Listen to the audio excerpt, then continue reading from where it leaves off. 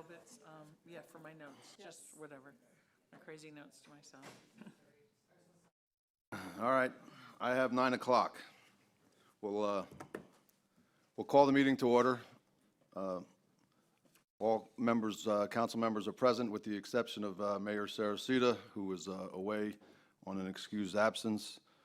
She may very well be calling in later on, but anyhow, the four of us will carry on. So we'll start off today with the invocation. Almighty God, we are thankful for this day that you have given us, for its blessings, its opportunities, its challenges. May we appreciate and use each day that comes to us. We pray for strength and guidance for each day as it comes, for each day's duties, for each day's problems. May we be challenged to give our best always, and may we be assured of your presence with us. Amen. Amen. If you'll just indulge me for 1 minute here before we get on with the pledge. We have a special guest here with us this morning, not that you're not all special, but we have our friend from across the water, from Sanibel Island, the Honorable Mayor Kevin Ruane here with us this morning. So we welcome the mayor. It's good to have you. And just a little background here briefly. Our association with the city of Sanibel goes back to our very incorporation ourselves. Sanibel incorporated in 1974, and 21 years as the island of Sanibel incorporated as the city of Sanibel, and 21 years later, Estero Island incorporated as the town of Fort Myers Beach. And the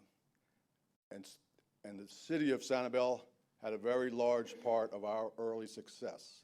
We owe them a very strong debt of gratitude for all that they did with us at the beginning. They not only encouraged us, but they gave us their assistant city manager for months, Bill Moss, and that was provided by their town manager, our friend Gary Price. So their town council and mayor were very good to us, and we've never forgotten that. And none less than himself, Porter Goss came over as soon as we had our first meeting and encouraged us along the way, and also offered his assistance to us at that point from Washington. He was now a congressman. So we've never forgotten all the help that Sanibel has given us, and that's a debt of gratitude that we'll always have. Kevin, Mayor Ruane joins us today as we all know, as a champion of clean water. What a lot of you may not know, he's also a champion of home rule. He feels as strongly about his community as we do about ours. And so we have that in common, our bond for home rule, the very principle upon which Sanibel and Fort Myers Beach were founded, home rule. And the mayor's going to speak to us about that later on. We look forward to that. So with all that being said, Mayor Ruane, why don't you lead us in the Pledge of Allegiance? Pledge allegiance to the flag of the United States of America and to the republic for which it stands, one nation, under God, indivisible, with liberty and justice for all. Thank you, Mayor.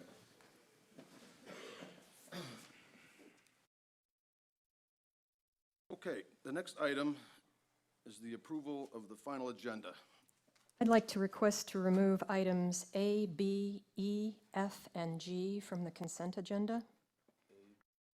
E, F, and G. Okay, is there any objections to that? Is there a motion to approve the agenda as amended? I will so move. Are we going to move the water things this evening? The stormwater discussion? Moving it? Or are you going to talk about it? We move it, however, our budget is dependent upon that discussion, so. I thought it was already in the evening agenda. I'm not seeing it on the agenda this morning. It's under town manager's It's under items. town manager's items. Oh, okay. Request to move it Well, to, I thought Anita was requesting that it be I thought moved. she was going to call in. She did request that it be moved to this evening, so, and I had already mentioned to Mr. Eck that that was a possibility, and he didn't have a problem with that. Does that impact our budget hearing to I move don't have a that? second to the motion, I don't believe. No, not yet. No, We may be amending the motion. So I guess at the request of the mayor to have it this evening, I would be willing to go along with her request. So I would keep, I would amend my motion to include that we move that to this evening. Second. Moved and seconded. Any further discussion? Any objection? The motion carries unanimously. Thank you. Okay, the next item is a presentation by Mayor Kevin Ruane, who this morning is representing the Florida League of Mayors as the president of the Florida League of Mayors. Mayor Ruane.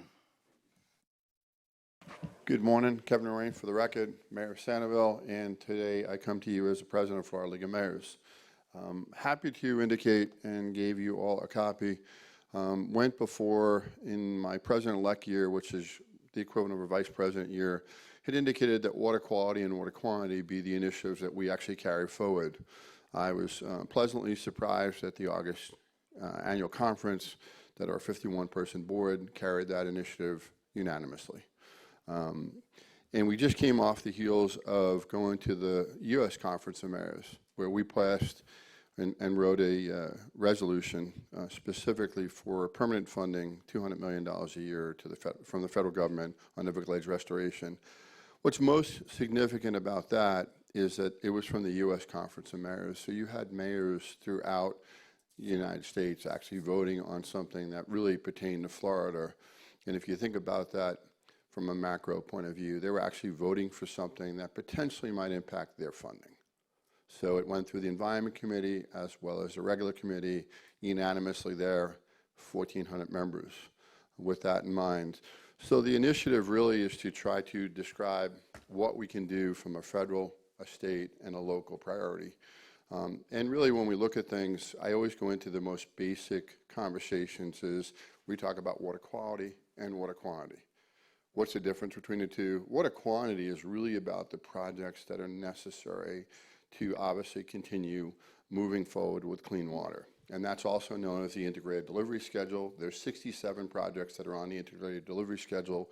It is a SERP joint sharing between the federal government and the state. It's really the roadmap to indicate exactly what projects we have, the timeframes associated with them, as well as when they might estimate to be completed. The issue has always been a funding initiative, and that's really been the slowing of that process. The state has certainly stepped up to its obligations, and the new governor has certainly made an initiative passing last year $625 million, and then the legislature took that and actually gave him $682 million. He's asked, as session and conference really just started last week, for the same $625 million. Part of year 2 of his ask is asked for $2.5 billion. The issue has always been the federal government, and we continue to have the issues associated with that. Pleased to say that we'll be going to Washington tomorrow with mayors not only from the northern, eastern, western, and southern part of the state, but other mayors from other states going with us, advocating for Everglades funding. That's really what we're looking to do. So that's really it. The federal and state and local priorities, really when you come down to, we're going to continue to look to the federal government to fund all the water quality initiatives we have, to really try to have them step up and do more in a block grant program, not only for flooding that they try to do, but also for septic situations where we have an opportunity to do some type of funding or give some type of funding associated with that. They'll continue to work on the algal blooms, and certainly that's an issue. They'll continue to deal with offshore drilling. So the federal priorities, really the number one is really money, and that's really what we need to do. On the state side, we're going to continue to fund, obviously SERP associated with the federal government. We're going to talk about, obviously, Florida Springs and make sure we protect those because those are certain waterways. We look for the state to step up as well for septic conversions, and we feel that's essential. We recognize that not all septic tanks and all septic issues are an issue. We're trying to identify what we call the hot spots. where there are low-lying areas, where there's initiatives where they obviously are breaching and leaching, to try to do that, to see if we can have some federal money, some state money, and potentially even some county money, and look at where we can address the issues and probably have the biggest bang for the buck, and try to come up with any type of funding, because there's other grants that are out there, to identify those through the league to make sure they're aware of those. Reuse water, stormwater runoff, are issues that have come up. Sanibel is actually in the process of doing a $25 million upgrade to the Donex plant, actually to reuse water, to remove nitrogen and phosphate from it. It also allows the expansion to have our neighbors to us, Captiva, potentially join in and actually hook into the sewer system. That's their jurisdiction, their ask, but we are working with Lee County, and we're working with their panel to try to do that. So inside the state, we'll continue to look at those issues, continue to obviously look what we can do to protect wetlands and natural recharge areas. And water quality, obviously, we need to address, not only associated with climate change, but sea level rise. Nobody wants to talk about either one of those issues, but they're obviously more than an issue. We come down to the local initiatives, and honestly, it's about maintaining home rule. So a big issue we'll have, not only trying to prevent Tallahassee from coming in, but we'll want to make sure at the local level, the county certainly keeps within their lane, not preempting any type of water quality initiatives. And we have an opportunity to sit at the table anytime there's a comprehensive land use plan change that's going on. We think that's essential to actually have that conversation so there's no dissension amongst us. We want to continue to work on wetlands, and that's going to be another issue that obviously will be here locally. And we're going to continue to address all the appropriate water quality issues. I think the issue associated with this and why I come before you is my job as the president of Florida League of Mayors is I'm going around to each and every city in my tenure to go out there and continue to press and talk about water quality and quantity. But if we don't address water quality locally, and we don't really walk the walk, it's really difficult for us to actually see how people are going to fund these projects. We need to lead by example, and anything that we've been able to do, we'll share with other communities. The technology that we're going through on Sanibel, the designing and planning, we certainly have shared with many municipalities. Proud to say that we were helpful in orchestrating both Fort Myers and Cape Coral with a pipeline associated with obviously their reclaimed water that they were actually dispersing into the river. There, in a couple of years when that pipeline is built, they'll be able to transport water from Fort Myers over to Cape Coral. The good news about that is really the payment is being made by Cape Coral, and really the way Fort Myers is going to pay it back is by water. They have the capacity to send them as much as 12 million gallons a day, and in the early days we believe that probably will be what they'll be sending.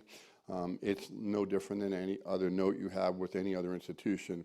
The payment is just the currency is actually water as opposed to money. So the quicker they give them more water, the quicker they obviously don't have any issues. Fort Myers Beach certainly has some, has some concerns with their needs as their city continues to grow. So I think it'll be in their best interest to continue to send water as quickly as they can to Cape Coral. Those are just some initiatives where we need to walk the walk and talk the talk.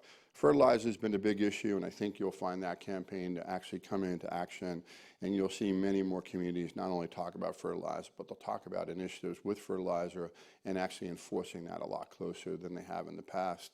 We have our own code enforcement area. We'll certainly suggest that others do that, but in addition to that, any landscaper that gets a license, a local license on Sanibel, has to pass a test with our vegetation area. We have a lot of great volunteers that actually go through that process. They understand what our issues are. And then obviously part of that group, they go around and obviously assist in making sure that we're in compliance in that area. So it's really trying to make sure you walk the walk and talk the talk. And that's really what we're trying to do. I've been to Fort Myers, I've been to Cape Coral, I've been to Bonita.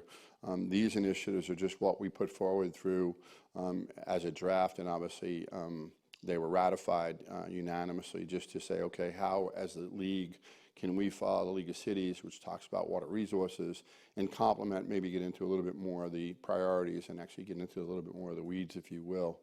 I come before you today, obviously, as a cooperating, not only city that obviously has the same concern we do on Sanibel, surrounded by water, but one of the cities within Lee County where we've always been united, and we want to certainly be the first. So I thought it was really important for me to come locally here, talk to each city, talk about the initiatives, and see if these are initiatives that you can certainly embrace and or adopt. That's what we're looking for you to all to do. Again, we're going to try to see what we can do to assist. We recognize that these initiatives are bold. We recognize they're aggressive. My term will be from this August to next August, and I've actually talked with the president-elect, as we call it, or the vice president. He'll continue to follow these initiatives. The good news is that the Florida League of Cities not only identifies this, but they'll be going to Washington mid-October, which I'll be going back with. And the last part of it is the end of October. And Mr. Vice Mayor, I'll get the dates to you. It'd be an honor to have your presence with us. I'm on a task force called the South Florida Ecosystem Task Force. And the task force really identifies local, state, and federal, and identifies really restoration of the Everglades. And we talked specifically about projects, but this meeting was really a result of the July and September meetings where the IDS schedule came up. And Secretary Valenstein and myself both played off one another and indicated that if we were in, again, this group is mostly with federal agencies from the Department of Commerce, Department of Interiors, and we had indicated that if the federal government truly wants to fund these initiatives as part of the contract we have, that's great. If they do not, we'd prefer us to update the IDS schedule to tell the public, so we're much more transparent, that the projects that look like they're going to be done in 2030 might actually be more like 2040 or 2050 if they don't want to step up and do the funding. October 27th is a meeting. We plan on going ahead of time and staying there after as we continue to visit congressmen and senators. The visit tomorrow is really associated with dealing with the senators. The House, I'm happy to say, came up with an initiative, had $200 million that actually got really to the point of a bill. There was some pushback there, but the Senate actually would never hear the bill. I'm proud to say that Senator Rubio has been working very closely with us and some of the senators that historically will pull bills. Any one senator can pull a bill. So you don't have to have a unanimous situation up there. Senator Rubio is actually reaching out to some of the senators that historically just are on the high side of pulling bills and obviously indicating the initiatives with that. I think what's going to be most important in our trip is the fact that we have the U.S. Conference of Mayors resolution and their full faith behind this. So when we go into different areas, whether it's energy, whether it's water, whether it's the appropriations, the various subcommittees, and we indicate, what our ask is, we're also, pleased to say that we have support from all mayors throughout the United States, which I think is paramount. That's really what my presentation is about. I tried to lay this out in a very succinct way, what we're doing from a federal, state, and local point of view. And again, I come to you honestly to see if you can embrace these priorities. But more importantly, as a sister city, thank you for all your continued support with us. We're going to continue to take this on the road and continue to make sure that the state understands. We believe the timing is perfect. The governor certainly seems to be committed in funding.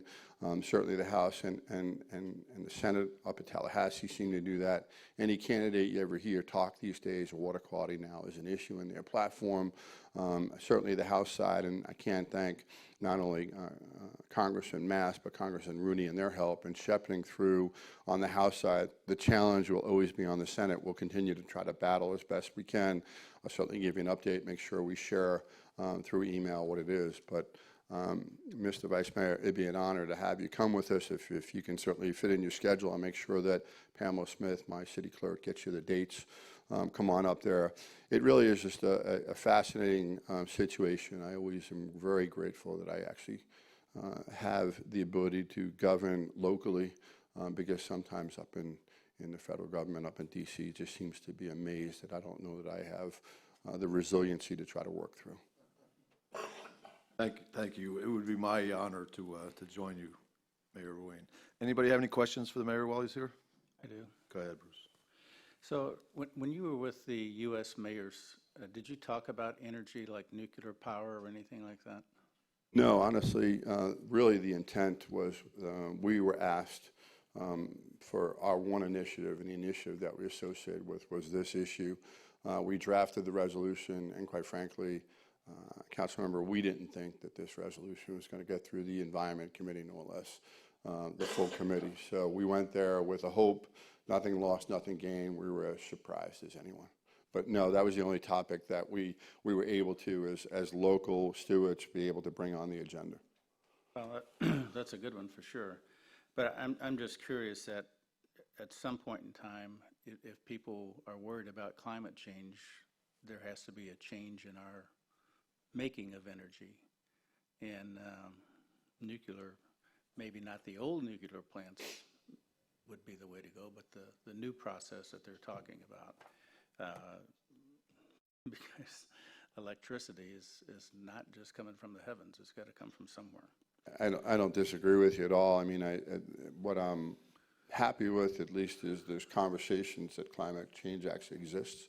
You know, there's certainly been conversations where it hasn't necessarily been embraced as quickly as I'd like it to.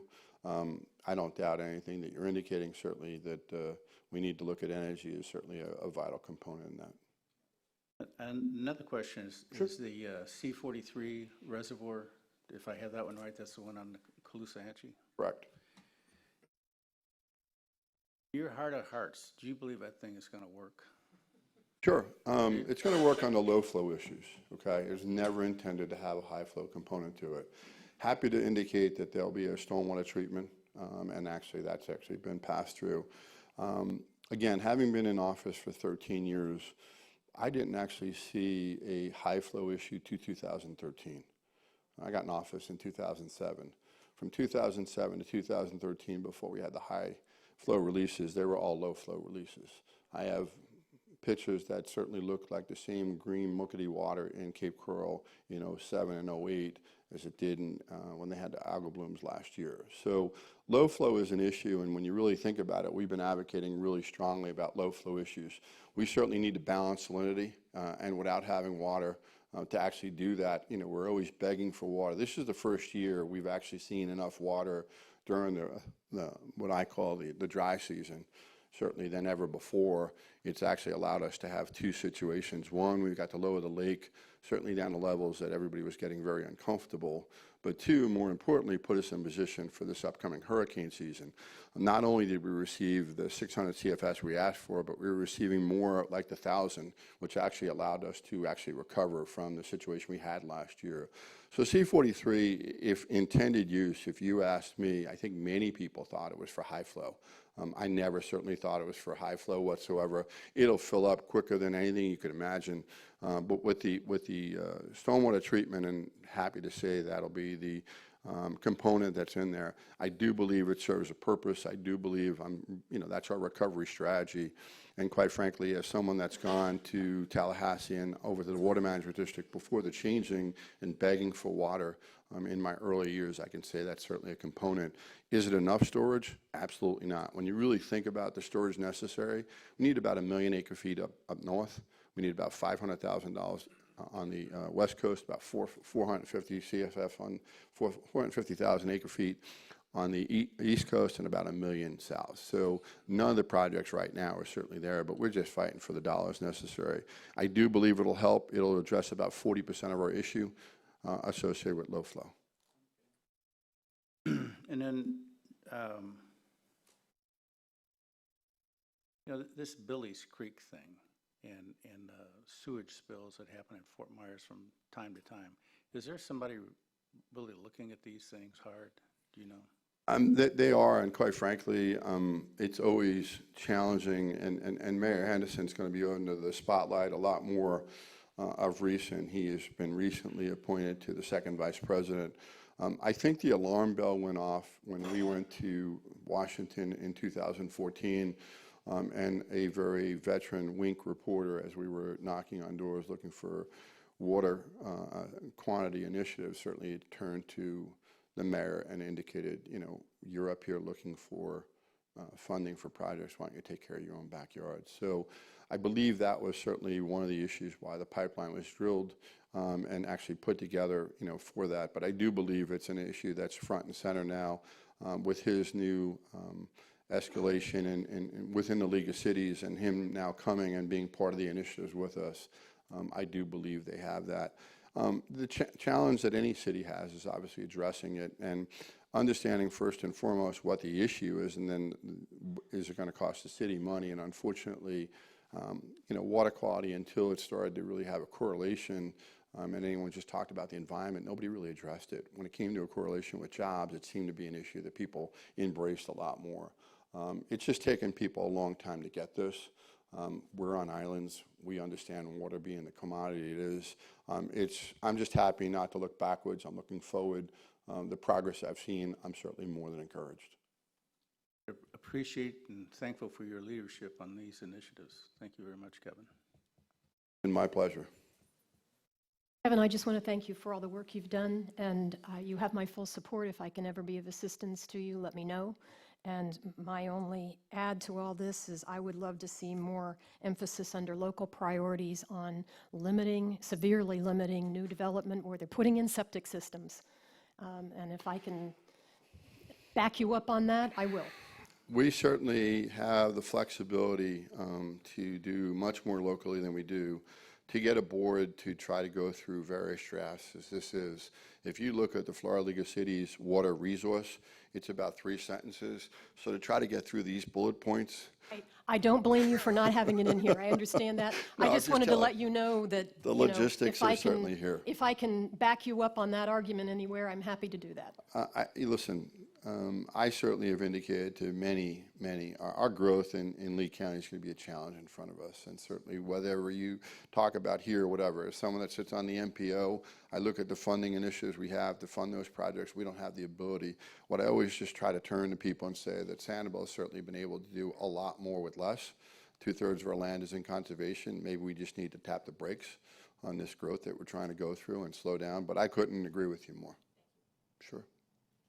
I just want to say thank you for your leadership for not only Southwest Florida, but the entire state. And as you know, we also try to be a very environmentally stewardship orientation here with all of our ordinances and things we have in place. Is there anything else that we can do to support you right now? You don't need a resolution from us. You don't need anything else. Just the only thing we're asking is these priorities, if you can embrace them and pass them in form of a motion, we want to be able to go out and continue to report to the cities as we build up each and every city that does that.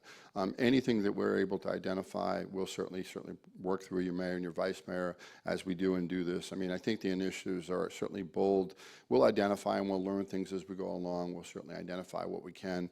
And anytime there's any type of funding, we want to make sure that we all take advantage of the funding that's necessary, because we understand a lot of these initiatives that we want to put in place are going to be costly.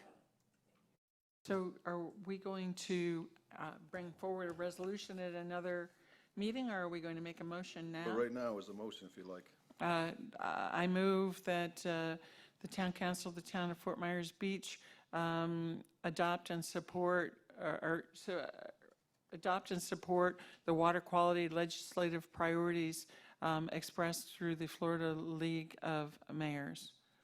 Second. Been moved and second. Any further discussion? Hearing none, that resolution passes unanimously. I really appreciate the partnership. I appreciate you giving me the opportunity to speak. It's always been great to do that. Anything that I can do to certainly carry forward these initiatives, anything I do and learn, I'll certainly pass along to your mayor and vice mayor. And Ray, I look forward to you working together. I know that water quality is going to be something you're going to take on from the city's point of view. I know you all do, but certainly anytime we have an opportunity to go to Washington, new faces, new whatever, and many times what we find out when we go up there is that we break with a number of people because the calendar becomes a little bit crazy. All of a sudden a senator or a member of Congress says, I want to see you at 10:30. Another one says, I want to see you at 10:30. And all of a sudden I can't be at 2 places at once. So many times we divide and conquer. So thank you very much. Appreciate the township's support as always.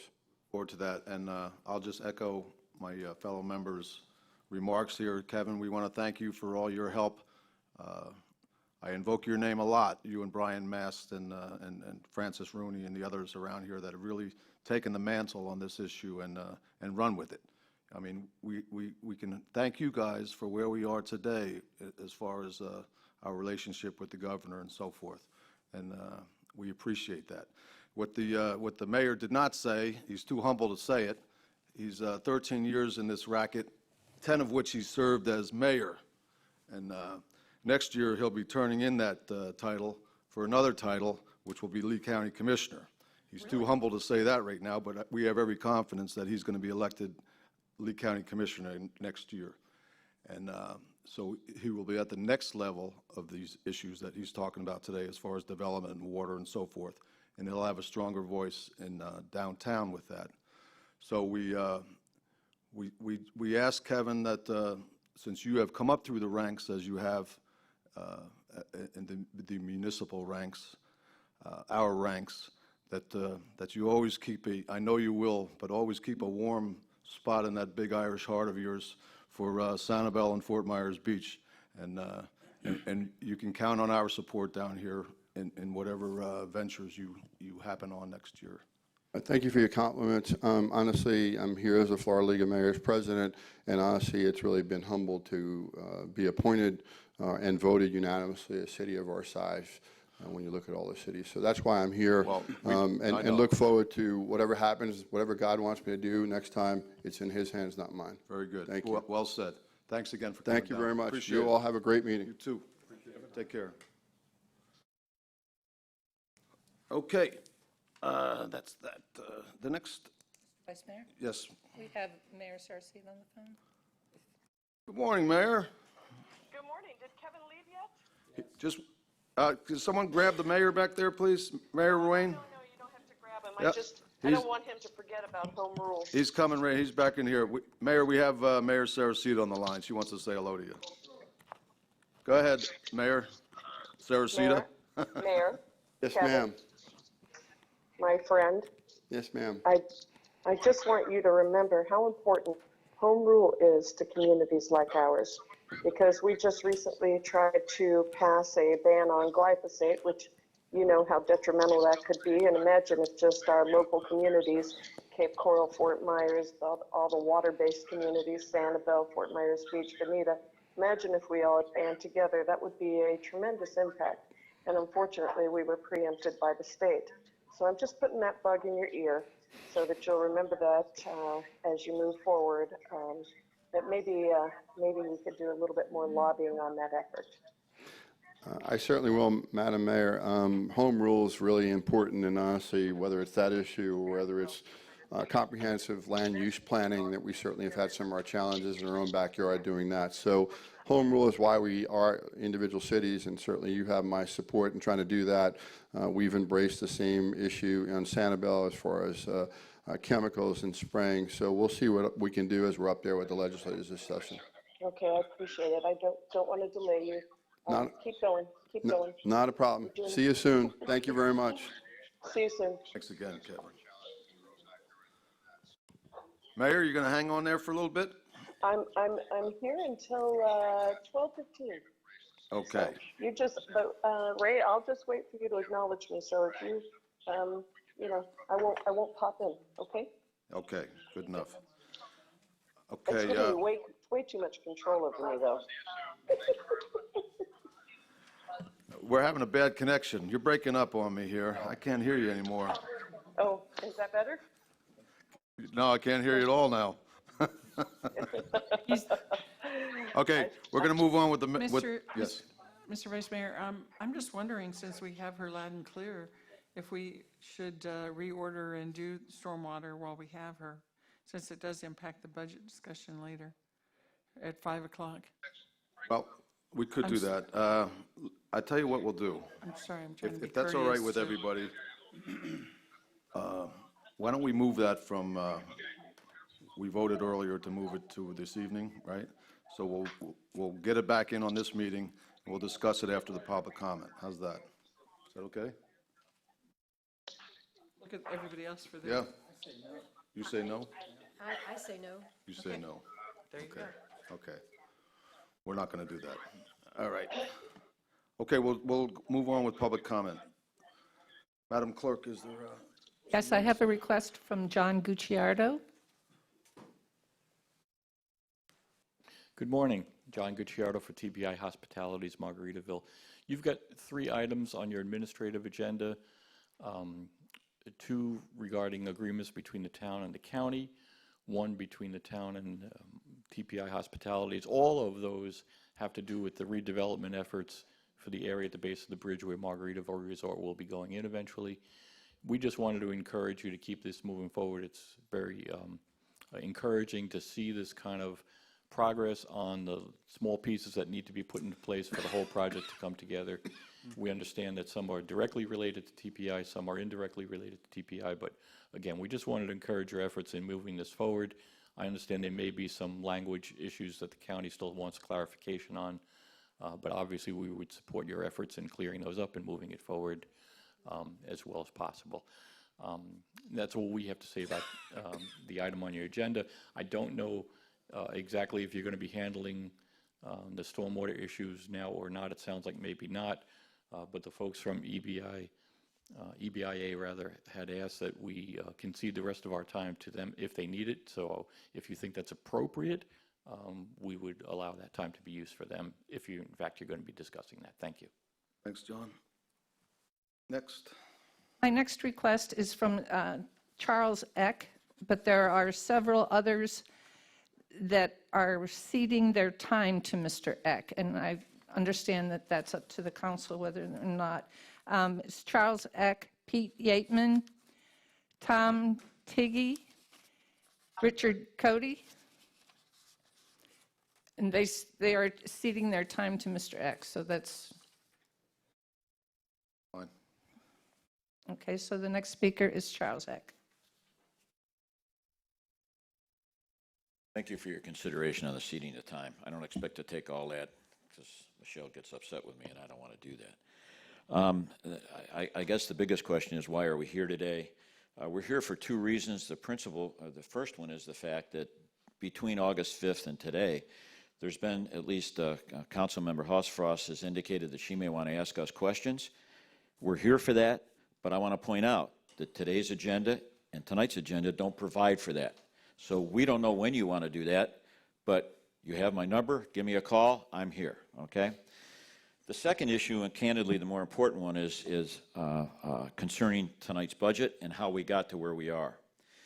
As each of you are aware, we had communications with each of you prior to the August 5th meeting that took place in this council chamber, and we had several concerns. But we're more concerned about some of the things that were proffered to council which we believe to be incorrect.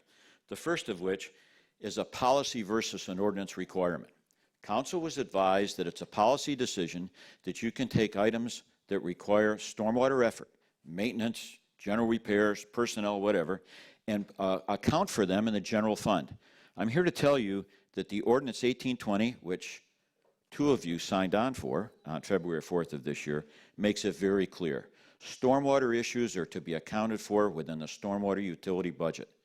And you can read that in section 30-110 of the ordinance, which, by the way, has been provided for you today in your packet. Council did our job, or administration did our job for us. So it's in front of you in black and white. Another issue that was brought up on August 5th was the fact that we're looking at old pipes different from new pipes. There's one signator to Ordinance 1508 that sits here today, Councilmember Hausfrost. The other one's on the phone. Stormwater Ordinance 1508 made it very clear that every sewer lid, pipe, swale, outfall, etc. in this town that existed on September 21st, 2015 moved over to the stormwater utility. To further enforce this position, there was a substantial debt owing on that infrastructure, somewhere in the vicinity of $1.6 to $1.7 million. The exact amount is in the town's records. They can provide that for you. That debt became a debt within the stormwater utility. And who was it paid to? The general fund. It's crystal clear what took place. The third issue is that there wasn't any funds available to pay for the $100,000 for the eye in the sky that went down those pipes. Ordinance 1820 provides those funds for you. It wasn't true that you didn't have funds available. You did. The fourth issue that came up was, well, we believe we can use general funds to support the stormwater utility. We're not into that argument yet because it has not occurred. And according to the budget that's on the table for tonight, it's not in there either. So we'd rather not have an argument about what might happen. Let's have a discussion about what in fact is. Again, back to the proposed budget issue, it doesn't meet section 30-110 in the ordinance. We expect it to, and candidly, to respond to Councilmember Schamp's issue previously, you've had constituents ask you, are we underwater on the stormwater funding? What's going on? If this budget was transparent and established appropriately, your constituents wouldn't be asking those questions because they can't see it. Several of you on this council have been involved in a business environment. That's what balance sheets are for, okay? That's why you have financial statements. There isn't anybody in this room today that can look at the stormwater utility budget and say, this is where we are. Administration cost isn't in there, insurance cost isn't in there, depreciation's not in there, maintenance is not in there, and now you're going to hire an employee. How's he going to get around town? Is he going to have a truck? Where's that going to be budgeted? Those funds are critical to know, and they have to be in the budget. Once you've got it in the budget, you can establish your ERUs, which hasn't been done since February of 2016, and if I recall very well, there's one member that currently sits on council that indicated at that time the ERU rate was too low. All right? The realities are you can't budget until you know the costs, and you don't know the costs. So there's no there yet. We need to get there. And the reason we're going through this morning is perhaps somebody will get in gear today and get us in a proper perspective for this budget. Thank you very much for your time and consideration. Thank you, Mr. Eck. My next request is from Daniel Hughes.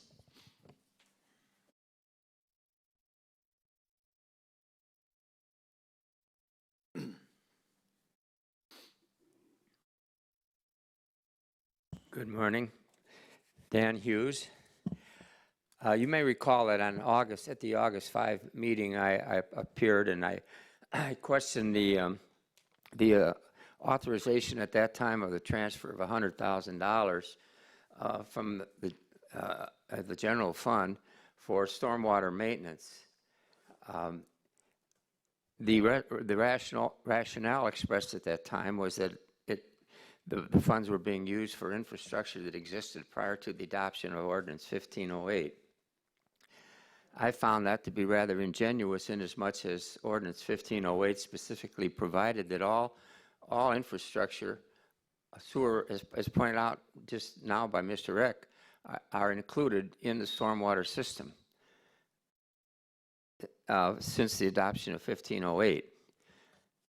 And 1508 provided that, and I quote, "The enterprise fund shall be used for the independent and separate accounting of all revenues, expenditures, assets, liabilities, earnings, and obligations of the utility."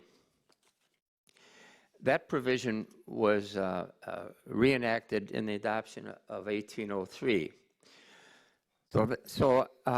That was a situation for the transfer of that $100,000. I now understand that the current proposed budget does not have the administrative expenses that as suggested by Mr. Eck, items such as personnel, insurance, general maintenance, specifically in the budget for stormwater, but in the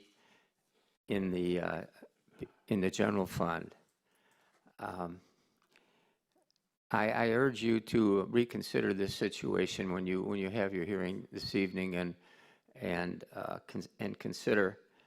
reconsider that matter and resolve it this evening at your hearing.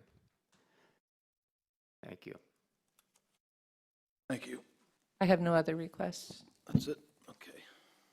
Anyone else here like to speak? Okay, we'll move on. Local achievements and recognitions. Does anybody have anything they'd like to bring forward, Roxanne? Yeah, I'd like to recognize Sarah Probst for having achieved her project management professional certification. Good job. Congratulations. And I would like to recognize the dozens upon dozens of volunteers that showed up on Saturday for the beach cleanup. We actually ran out of trash bags. We had so many people show up. One young man actually managed to drag a marine battery out of the mangroves to the site, which I'm not sure I could carry one that far. So I congratulate all those folks and thank them for helping make our beach a cleaner place. And I'd also like to recognize the Beach Ministerial Association cooperated in providing a health fair at the Baptist Church. They provided, one of the biggest things they provided, I won't list them all, but they provided dental care for those who could not afford it. And I saw some people in some serious pain come through and get some help. So it's a wonderful thing that the churches are all cooperating together to help those things occur. Thank you, Roxanne. Anyone else? Yes, I want to reiterate what Roxanne said and acknowledge the Fort Mary's Beach Community Foundation for their ongoing work with Keep Lee County Beautiful for the stewardship of the beach cleanup. And it was great to see so many people, especially so many young people, step up and be good stewards. So thank you. Thank you. I'll just mention one thing, that it's something that happened on the beach, but a different organization than a local organization received the credit, and that's Leetran received an award last week for their innovation in transportation of the shuttle that runs up and down on Fort Myers Beach. And they also won 3 out of 4 other awards, so they were recognized by their peers in the state. But the shuttle was the big award, and not only was it innovative, but they were showing how the ridership had increased dramatically over year to year, and so there you go. Mayor Saracita, did you want to add something? Yes, sir, if I could. Go right ahead. Just like to add that I'd like to congratulate Chelsea O'Reilly and Mariana and the team who has been doing the painting on the crosswalks. It really has drawn a lot of attention to crosswalk awareness. It looks lovely, and never had any idea that Mariana had such talent. So just like to congratulate all of them. Thank you. I don't have much, although I'll share this with you. I did attend a reception yesterday afternoon, evening, for Captains for Clean Water down in Collier County at the Bay House restaurant, which was a lovely affair. And I just want you to know that the Captains for Clean Water is alive and doing extremely well. And as much work as they've done up here in Lee County, they've also got quite a strong contingent in Collier County as well. So they had a successful fundraiser yesterday, and I was proud to be there. Although on a personal basis, I'm always representing the town, and there were lots of good questions asked about the town of Fort Myers Beach, and I was happy to provide the answers as best I could. But anyhow, that's that, and we'll move on. The next item are the advisory committee's items and reports. Are there any advisory committees here today? None that I'm aware of, sir.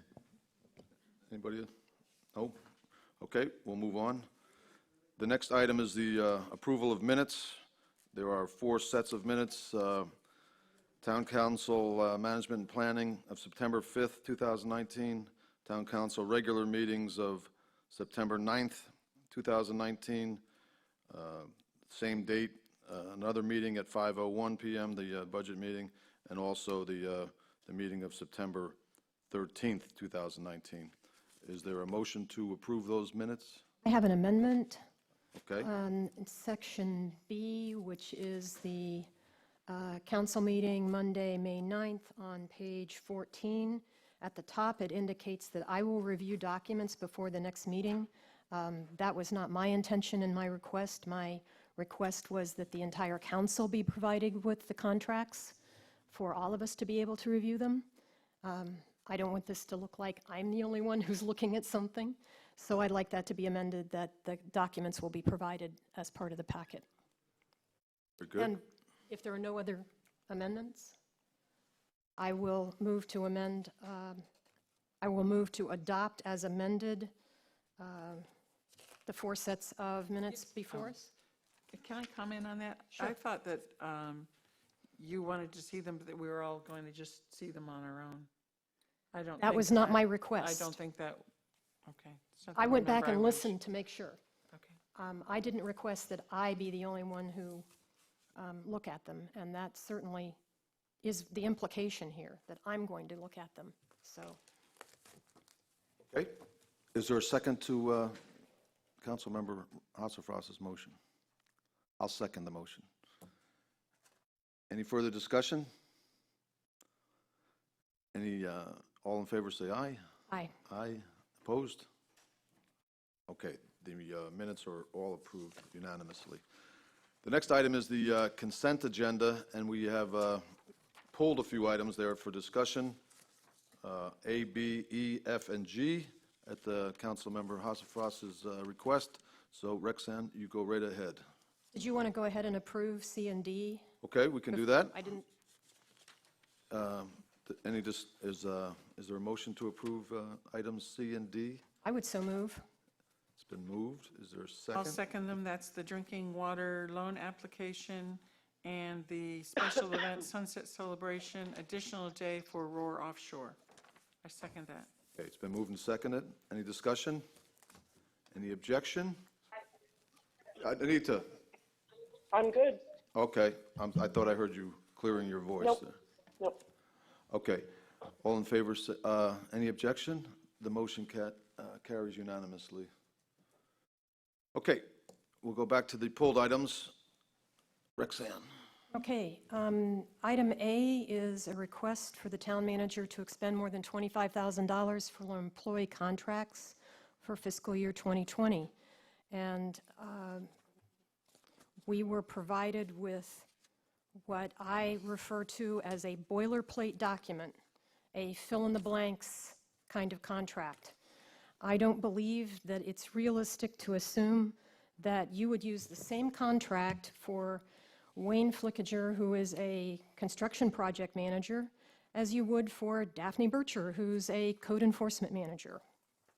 I will tell you that I did speak to Mr. Hernstad about this and tell them that I didn't think this was adequate to fulfill my request. He offered that I could look at last year's contracts, which to me is not relevant to a vote on next year's contracts. So I don't feel that we can, again, do not feel that we can vote on this. To me, it's an issue of transparency. The reason that we vote on allocations for more than $25,000 is so that the members of the community know what's going on. And without having these contracts in here, I don't know what I'm approving. I don't know. The only thing I know is their hourly wage and the number of hours a week that they're expected to work. I don't know their job duties. I don't know. I mean, there could be anything in the contracts. So to me, it's an issue of transparency. I know that a point was made 2 weeks ago that this is a personnel issue and that the town manager handles personnel issues. However, these people are not employees. So they are not technically personnel of the town. It's like if you would hire someone to come and do pesticide treatment of your home and you have an insect contract. That's not an employee, that's a contract person. So I believe it is within our purview. We're supposed to be looking at allocations of more than $25,000. I'd like to see these contracts. Any further discussion? Joanne? Yeah, I disagree. I think we have a town attorney whose role is contract review. We have a town manager whose role is all staffing. Town manager is policy, or town council is policy. And the policy of town council should be to support an effective town manager request for his best staffing needs and financial management. We have for a long time, this community has concerned itself with government light, reducing the number of full-time employees, and by using contractors, our town manager, who has 40 years of experience in a variety of communities, huge and little, throughout Southwest Florida, knows how to staff. It gives him flexibility to increase or decrease costs depending upon seasonal needs, fluctuating needs. It obviously saves on benefits. There's ease of termination, of changing contract employees if the town needs and the employee skill sets don't set together.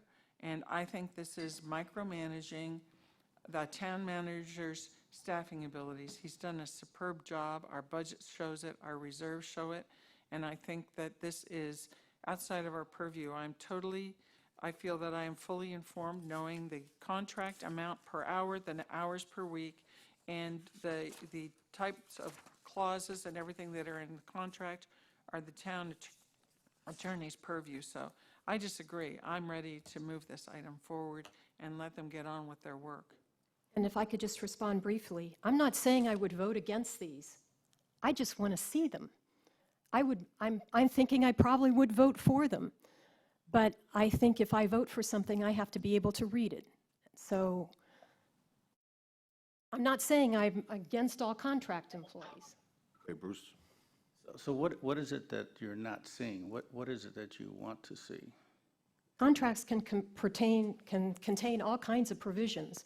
When we get a contract to buy a new piece of equipment for the town, you go through it in detail and say, is this the best way to handle this? You read the contract. Contract employees can contain provisions that allow them to work from home, for example, without supervision. I'd like to know if that's the case. There could be all kinds of things we could be providing for people in lieu of health insurance. We could be providing them with a car, for example. I mean, there's all kinds of things that can be in a contract. I don't believe that that's happening. I'm not making accusations. I'm just saying I'd like to see them. It's a matter of transparency. I think you do see them. I mean, it's there in the book. It is what it is that's in the book, so you are seeing it. You believe that the contract that we would do for a contract construction manager is the same? We have one contract in here. You believe we would do the same contract for a construction manager as we would for a code enforcement manager? Yes. It's just It has scope of work on it. That's right, it does have scope of work. I was going to get to that. Do we fill in the scope of work, or is it just whatever it is you think it ought to be? Well, so the scope of work would vary, but I think that it's fairly self-evident. Wayne Flexinger, for example, is a construction manager, and he would be doing construction management.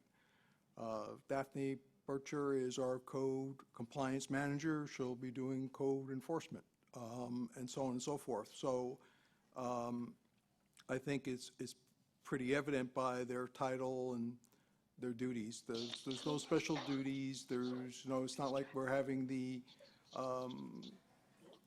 construction manager, I don't know, clean the building. I mean, or something else. But so I think it's pretty evident. These are existing positions. I think most of you are familiar with the individuals involved and what they do. If they're not, we'd be glad to have anyone sit down with them and discuss their work and how they do it. So I think this is a fairly routine administrative matter, and we'll proceed as the council directs. Mr. Vice Mayor, could I chime in? I was just about to get to you, but before you make your comment, Anita, I want to make sure the town clerk, for the record, acknowledges in the minutes today of what time the mayor arrived on the scene here via telephone and what time she exits. I will. Okay. I have and I will. Thank you. Thank you. Okay, Mayor, go ahead. If I just could, I had a very, very lengthy conversation with the town manager about this subject, because if you recall, I shared Roxanne's concerns. This should be in no way interpreted, as Roxanne has said, and I will reiterate, any affront or question about the town manager's ability and or the exceptional employees that have been brought to the table. But if you look historically, Roxanne and I were both on the council when issues were brought into question that quite honestly maybe we could have avoided had we asked other questions. And it was a matter of, quote, transparency. So at least for me, that is what this is rooted in. And by saying transparency, that is not to imply that there is something hidden. My suggestion at this point would be, and maybe that would be satisfactory to everybody, is that the contracts are executed and they're just simply brought back to us for review. Now, Joanne, I agree with you completely. This is entirely the purview of the town manager, hiring and firing. It absolutely is. But it became the purview of the town council when it was placed on the agenda for a vote. That's where the town council all of a sudden became involved. And to that end, I think that it is only fair to the employees, to the public, and to us that we say, okay, look, we've got some stellar people here. We're going to pay them well. Here's why we're paying them well, and here's what they're going to do for us. There's, like I said, there's nothing nefarious about this. It's just simply we were asked to approve a contract, and I think that if we move this forward to, hey, Roger, execute the contracts and then bring them back to us for review, maybe that satisfies the whole thing. Well, if the contracts are executed and then brought back to us, it's sort of late in the game.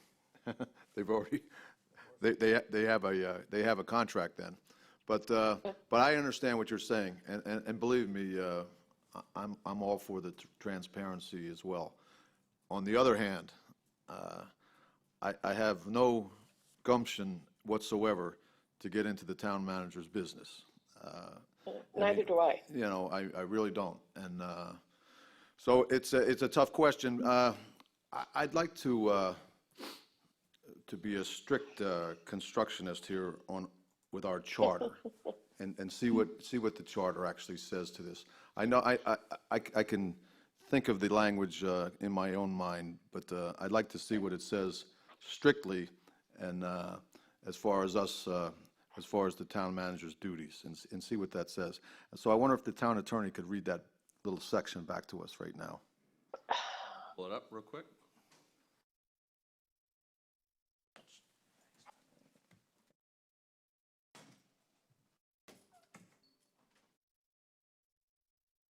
Everybody should have a copy with them.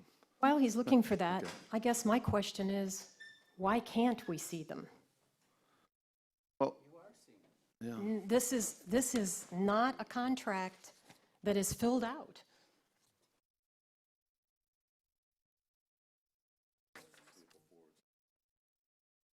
Well, okay, so if you fill in the blanks of the blanks, then is that contract acceptable to you? I had the feeling you don't like the contract, whether it was filled in or not. No. This to me is completely an issue of transparency. I do not believe ethically that I can vote to say, yes, I approve a contract that I haven't read. How can I do that ethically? So if this contract was filled in as it's presented with the blanks, Yes. you're fine with the contract? Well, there would be 4 of them because Fine. Yeah.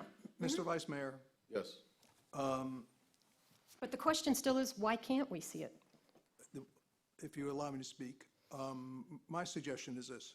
If that's the sole impediment to resolving what I consider a simple administrative matter, why don't you just put this item on hold for a little bit? We'll track down the 4 employees. We'll get them to sign a copy of the document, and then we'll bring it back later today.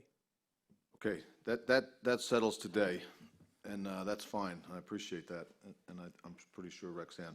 But I think moving forward is we need a policy, okay? So, Town Attorney, anytime you're ready, you want to read that to me, please? Section 603, powers and duties of the town manager.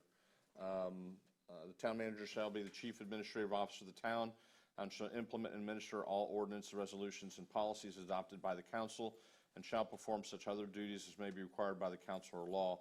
The town manager shall be responsible to the council and shall have the following powers and duties. A, which I believe is the section that we're talking about, to hire or fill existing positions, and when the town manager deems it's necessary for the good of the town service, suspend or remove town employees except as otherwise provided by law or this charter. All right, so let's hold on right there for a minute. Ray, let me just say something on this. There's not one person sitting at that dais right now that doesn't understand very well what the charter says. No, no, But this- I'm getting at, I'm getting at This a, is the execution of a contract. I'm getting at a This isn't- distinction here. I'm getting at a distinction here between employee, Okay. employee Okay. and contractor. That's Got what I'm it. getting at. So it says employee in there. Now, are we to assume that it, in a general term, that it encompasses contractors as well? Yes, with one caveat, is that the limitation on the power of the manager is by, unless otherwise specified by law or charter. You all have an ordinance that says that any expenditures above $25,000 do have to come before you for approval, and that is the purpose of the contracts coming to you today, is for their presentation to you all and for you to approve. Right. I think, if I may, maybe to help overcome the issue, is my understanding, at least my experiences so far as your town attorney, is that the blanks that are in the contract are all that is being changed or modified. So where it says the name of the name of the employee goes in there. I think the issue, if I may, that is causing some concern is, well, is the scope of services limited enough to where, you know, an employee's not getting a car, an employee's not getting an extra benefit? Certainly, based upon what I've seen and discussing with the manager, that's not in the previous contracts, and so we would just carry over the if the council is so inclined, we would then just carry over as staff the scope of services from the previous contract, and where appropriate, then put in the dollar figures of their hourly rate and then not to exceed based upon the estimation of the manager of what that amount should be. John, Yes, ma'am. you're an attorney. Yes, ma'am. Would you approve a contract with blanks on it?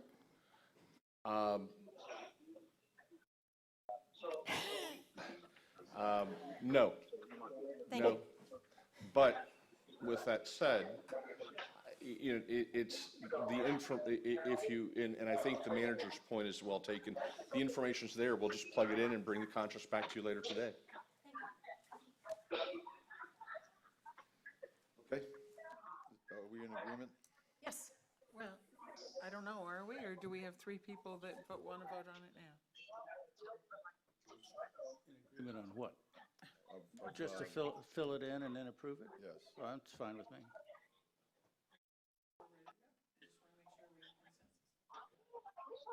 Like make a motion, Rexanne? Well, I guess the motion is that we're just delaying this to Yeah, later during I the think, Mr. agenda. Mayor, we're just going So to we're not not- make a it's not motion. We're actually a just motion. going Well, then there's to just take it up direction. later in the agenda. Can we turn that down just a hair? What are we turning down? The, think the, it's the background telephone, noise on her- it's on- distracting. Okay. Okay, so we'll just bring it back up later on, is that the Yeah, plan? we're just, we're tabling, the I need to proper move? thing would be to table this item and till later in the agenda. Okay. Later in I the I motion. move to table the item to later in the agenda. Okay, moved, second? Second. Moved and seconded. Any further discussion? That passes unanimous. Any objection? That passes unanimously. Okay. Rexanne, B. E, the rest of these items, I believe, are all special event things, and I'm kind of surprised they were on the consent agenda, because I believe that each of them has a concern.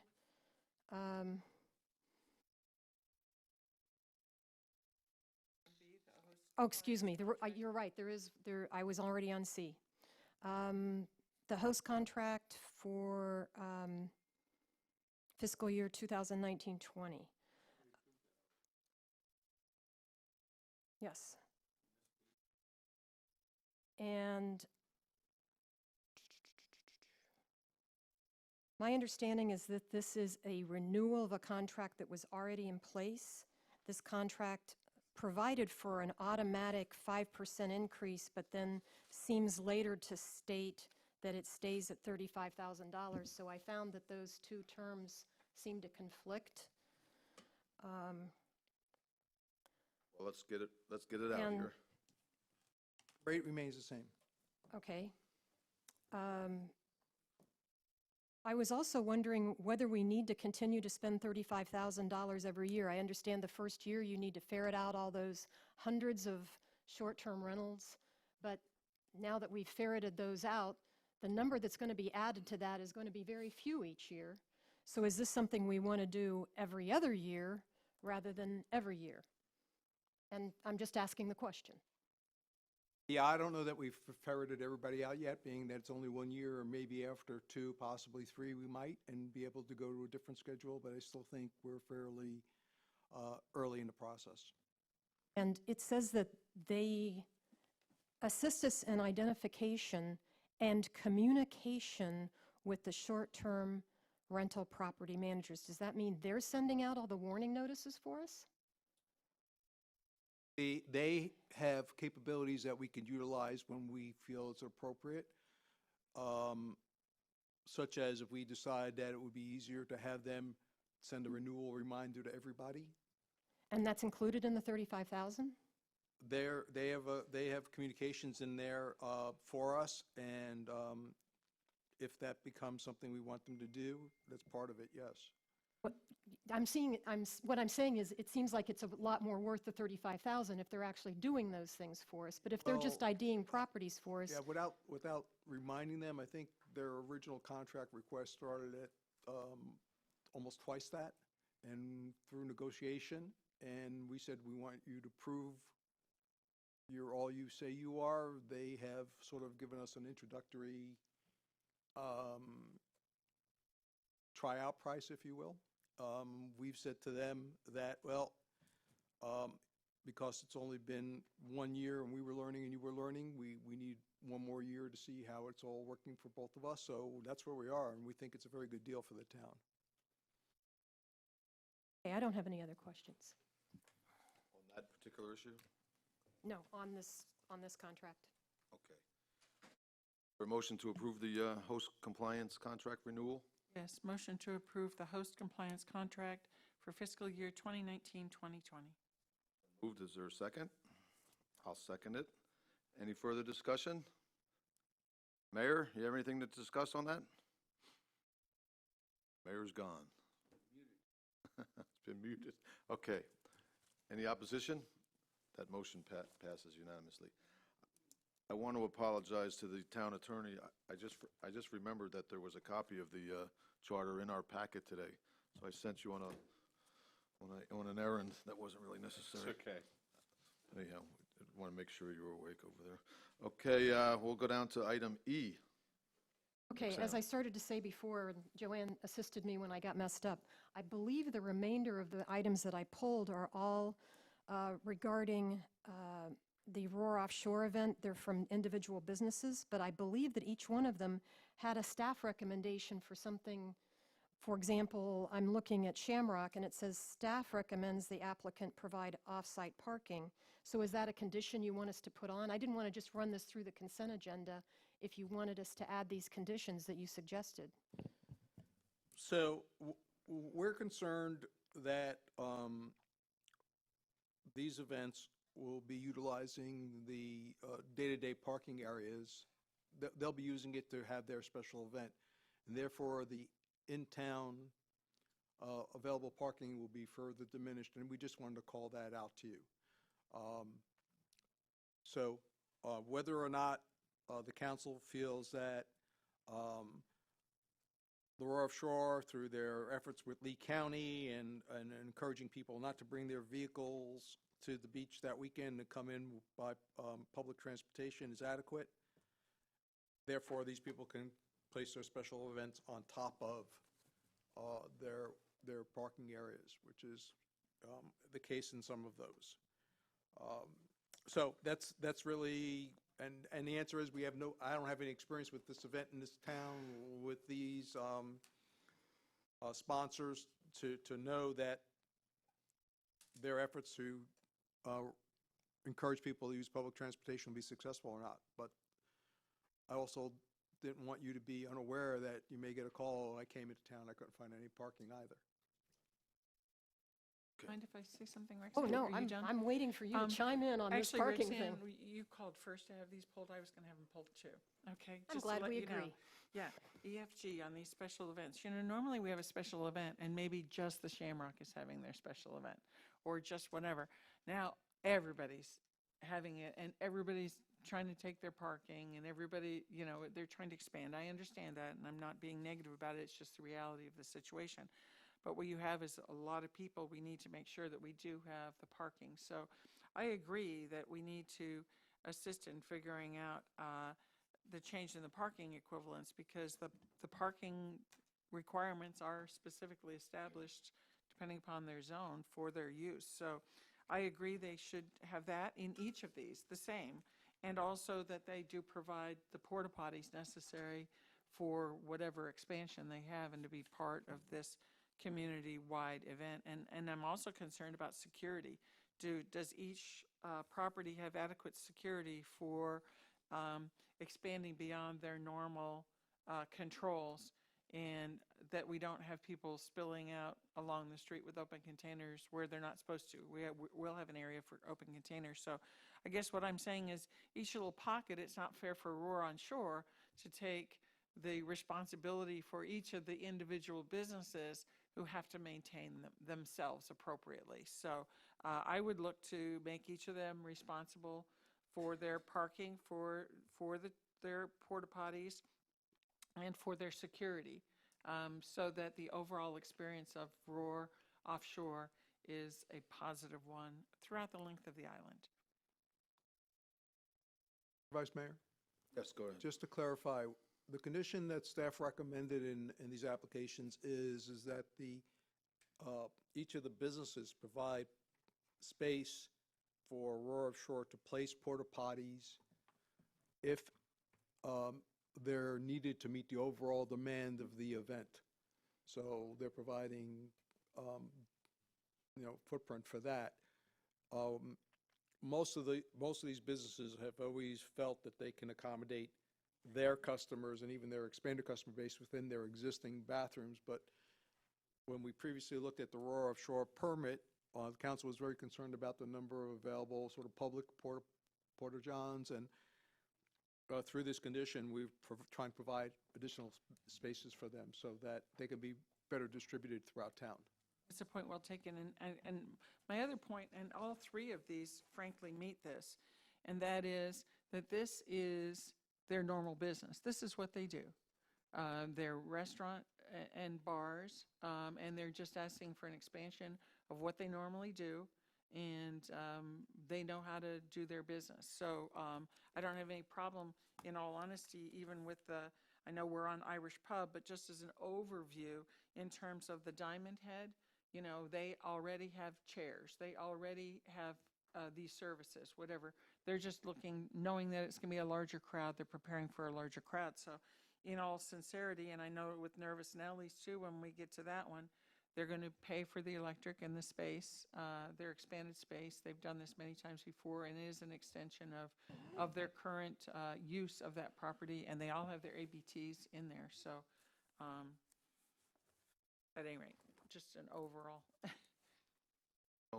I don't really have any problem with any one of these locations even using their own parking lots as an extension of the venue for that particular day. I think the parking issue will work itself out. I think these people, if they're so interested in getting to the Shamrock or whatever, they're going to get there. They'll park somewhere else, or they'll take a trolley, or they'll do whatever they have to do. So I'm not concerned about them. I'm really not concerned about Diamond Head, and I'm not concerned about Nervous Nellies, and I'm not concerned about security. These places, they know what they have to do, and as you said, Joanne, this is their business. They know what they have to do, and there's always Lee County's finest nearby. So I'm not concerned about that as well. So I would move to approve these special event permits. And would we say, though, that they have space for the porta potties Oh, yes, as needed? yes, I do. The porta potties, I think that should be, is that part of the was that part Yes, of sir. the permit? Yes. Well, then that goes without saying, yes, it's part of the permit. Well, maybe not without saying, it should be said, reiterated. Well, Bruce, did you have something to say, or shall I make a No, motion? no, Okay. We can work on these one at a time then, I guess. For Shamrock, I move that we approve the extension of premise for October 12th, 2019, starting at 10 a.m. during the Roar Offshore event for Shamrock Irish Pub, 2201 Estero Boulevard, with the condition that if requested by Roar Offshore or the town, the property owner will provide accessible area within their site for Roar Offshore event portable toilet facilities. I'll second that. Any further discussion? Any objection? That passes unanimously. Next one, Any discussion on Diamond Head or the same condition? same condition. Very good. I move that the extension of premise for October 12th and 13th, 2019, from 9 a.m. to 7 p.m. during Roar Offshore event be approved for the Diamond Head Resort, 2000 Estero Boulevard, with the condition that if requested by Roar Offshore or the town, the property owner and applicant shall provide an accessible area within their site for Roar Offshore event portable toilet facilities. Second. Moved and seconded. Any further discussion? Any objection? The motion passes unanimously. Third one, Nervous Nellies. And Nervous Nellies is paying for the electricity and their rental of the space, are they, town manager? I didn't see it. Well, you could just listed. say that in your motion, we'll confirm that. Very good, thank you. And the security guards because of that public space. So for Nervous Nellies, I move that we approve the request for use of Bayside Park, a waiver of the noise ordinance, permission to perform until 10 p.m., permission to use town electric and to have alcohol on town property for an event during the Roar Offshore and Nervous Nellies, 1131 First Street, with the condition that 2 Florida licensed security guards will be on duty during their entire event, that the property owner shall provide an accessible area within their site for Roar Offshore event portable toilet facilities, and that the appropriate fee for the use of town electric and town square footage of that park be a condition of the permit. Be Second. paid. Moved and seconded. Any further discussion? Any objection? The motion passes unanimously. Thank you very much for those motions, Joanne. Bruce, did you have a comment on that? No, okay. Okay, we'll move along. The next item, does anybody want a break yet, or we want to keep going? It's 10:20. Good idea, break. Okay, we'll take a 7.5-minute recess. Maybe we can get Anita back?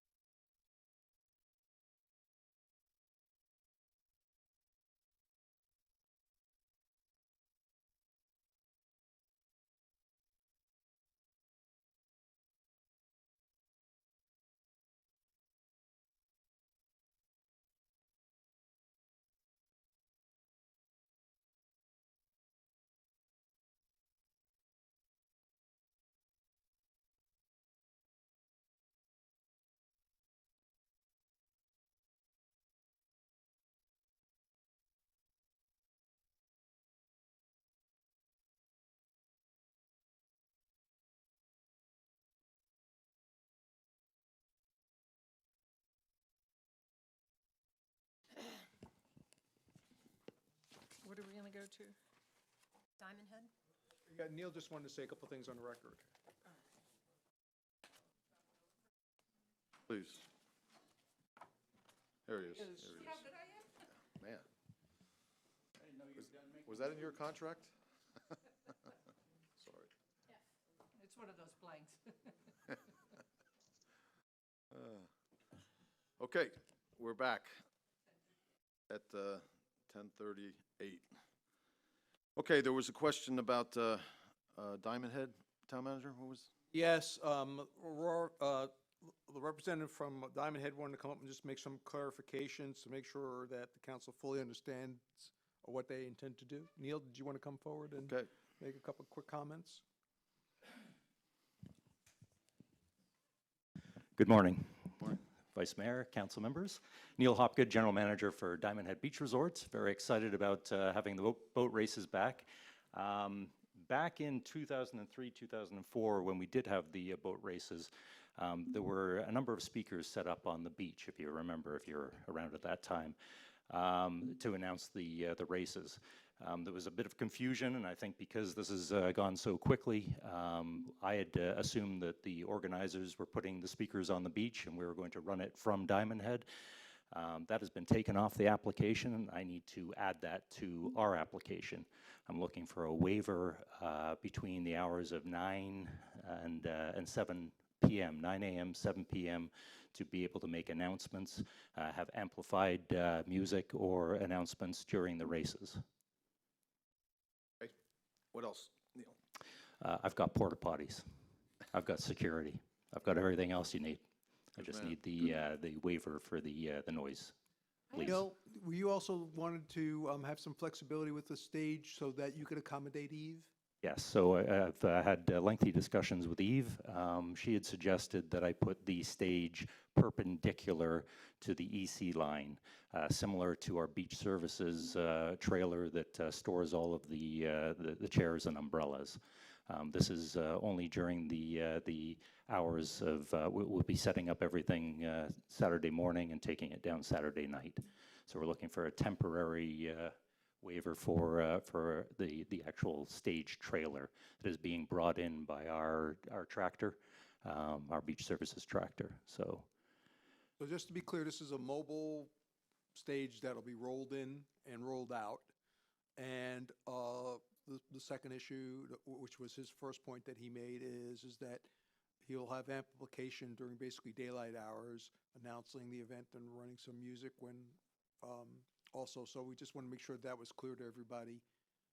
And if you feel you need to reconsider the item or not, but just to be sure everyone, at least from a public standpoint, had an understanding of what they're planning to do. I don't have any objection to that whatsoever.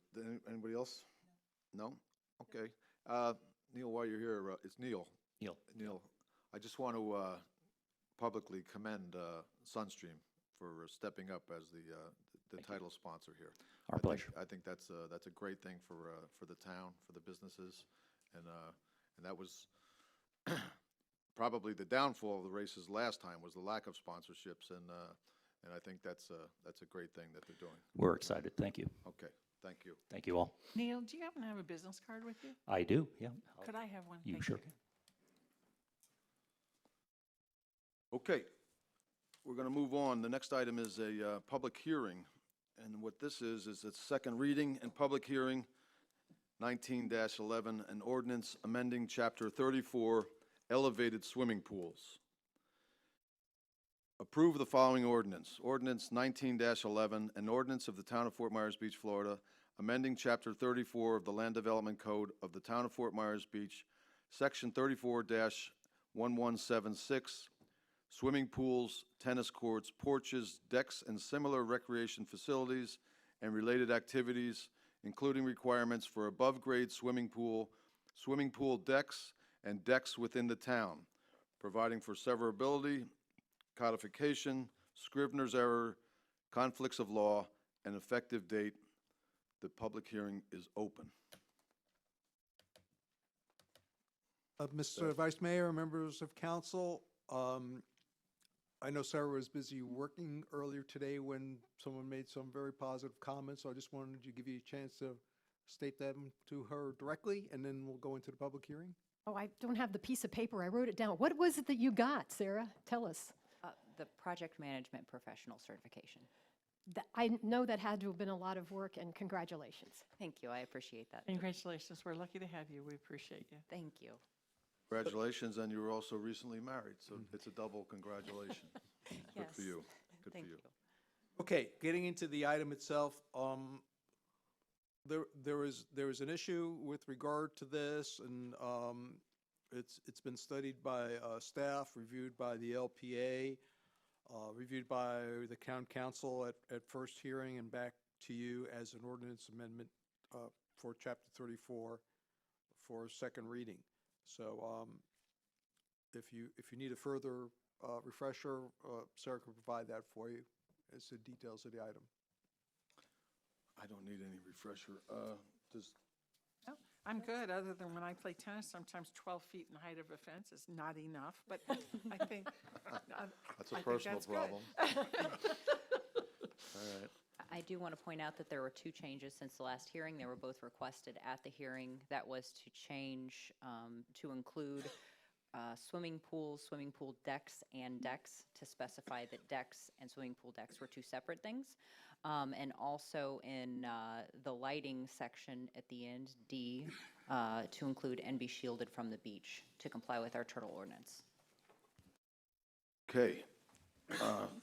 Does anybody need to be sworn in or anything? Or No, any but, ex parte communication? No, it's not an ex Okay. parte, it's a legislative matter. I That's just right. wanted to say that the matter is properly before you. It has been advertised, and therefore it is appropriately and properly before you for second reading. Good, thank you. Okay, is there public comment? Any public comment? Going once. Okay, we'll close the public comment part. Council, any comments, questions? Ready to move to approve. Okay, I'll entertain that motion. Move to approve ordinance 19-11, ordinance of the town of Fort Myers Beach, Florida, amending Chapter 34 of the Land Development Code of the town of Fort Myers Beach, Section 34-1176, swimming pools, tennis courts, porches, decks, and similar recreation facilities and related activities, including requirements for above-grade swimming pool decks, and decks within the town, providing for severability, codification, scrivener's errors, conflicts of law, and effective date. Second. Moved and seconded. Any further discussion? Any objection? The ordinance passes unanimously. It should be by roll call, Vice Oh, Mayor. yes. Pardon me. Second reading. Councilman Butcher. Yes. Vice Mayor Murphy. Aye. Councilmember Hasselfrost. Aye. Councilmember Shamp. Aye. The ordinance passes unanimously. Thank you. Okay, we have another ordinance. Excuse me. Mr.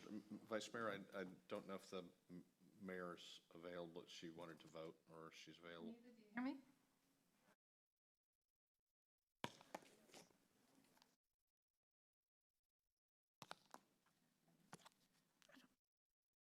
Can you repeat what you just said? I said I didn't hear anyone else. Can you hear us, Mayor? Oh, now I can hear perfectly. Okay. We just, do you have a copy of the agenda in front of you? Yeah, I do. I'm following along, yes. Did you approve, did you vote in the affirmative for that second reading of the elevated sir. swimming pools? Yes, sir. Okay, the motion carried unanimously. Okay, the next one is the second and final reading and public hearing, ordinance 19-13, elections qualifying. Ordinance number 19-13, an ordinance of the town of Fort Myers Beach, Florida, amending the qualifying period for town council candidates for the scheduled March 17th, 2020 election, providing for scrivener's errors, conflicts of law, severability, and providing for an effective date. Town Attorney? Yes, this has been advertised for second reading, so therefore it's properly before you and for second reading. Sir? Vice Mayor, this is an item that was generated out of a request from the Supervisor of Elections to adjust the dates to better accommodate the election cycle, and well, the staff put this before town council for you to be able to consider the supervisor elections requests and determine if you want to amend your qualifying period accordingly. Thank you. Is there any public comment on this matter? Seeing none, hearing none, we'll close that. Council, comments? Motion? So that Joanne doesn't have to do all the reading, I'll move to approve ordinance number 19-13, an ordinance of the town of Fort Myers Beach, Florida, amending the qualifying period for town council candidates for the scheduled March 17, 2020 election, providing for scrivener's errors, conflicts of law, severability, and providing for an effective date. Second? Second. It's been moved and seconded. Any discussion? I'm just going to tell the supervisor of elections that we're very accommodating to him down here on the beach. We're constantly changing things for Tommy Doyle downtown, and we hope he remembers us down here sometime. Okay. Any other comments? Vice Mayor, if I Yes. may. At the first hearing, some members of council asked what the new dates for qualifying would be. So by the adoption of ordinance 1913, it will set the qualifying period for the March 17 election to begin noon, January 6, 2020, and ending at noon, January 10, 2020. Thank you, Michelle. Thank you very much. That's good to know. Okay. The motion to approve the ordinance has been moved and seconded. No further discussion. Is there any objection?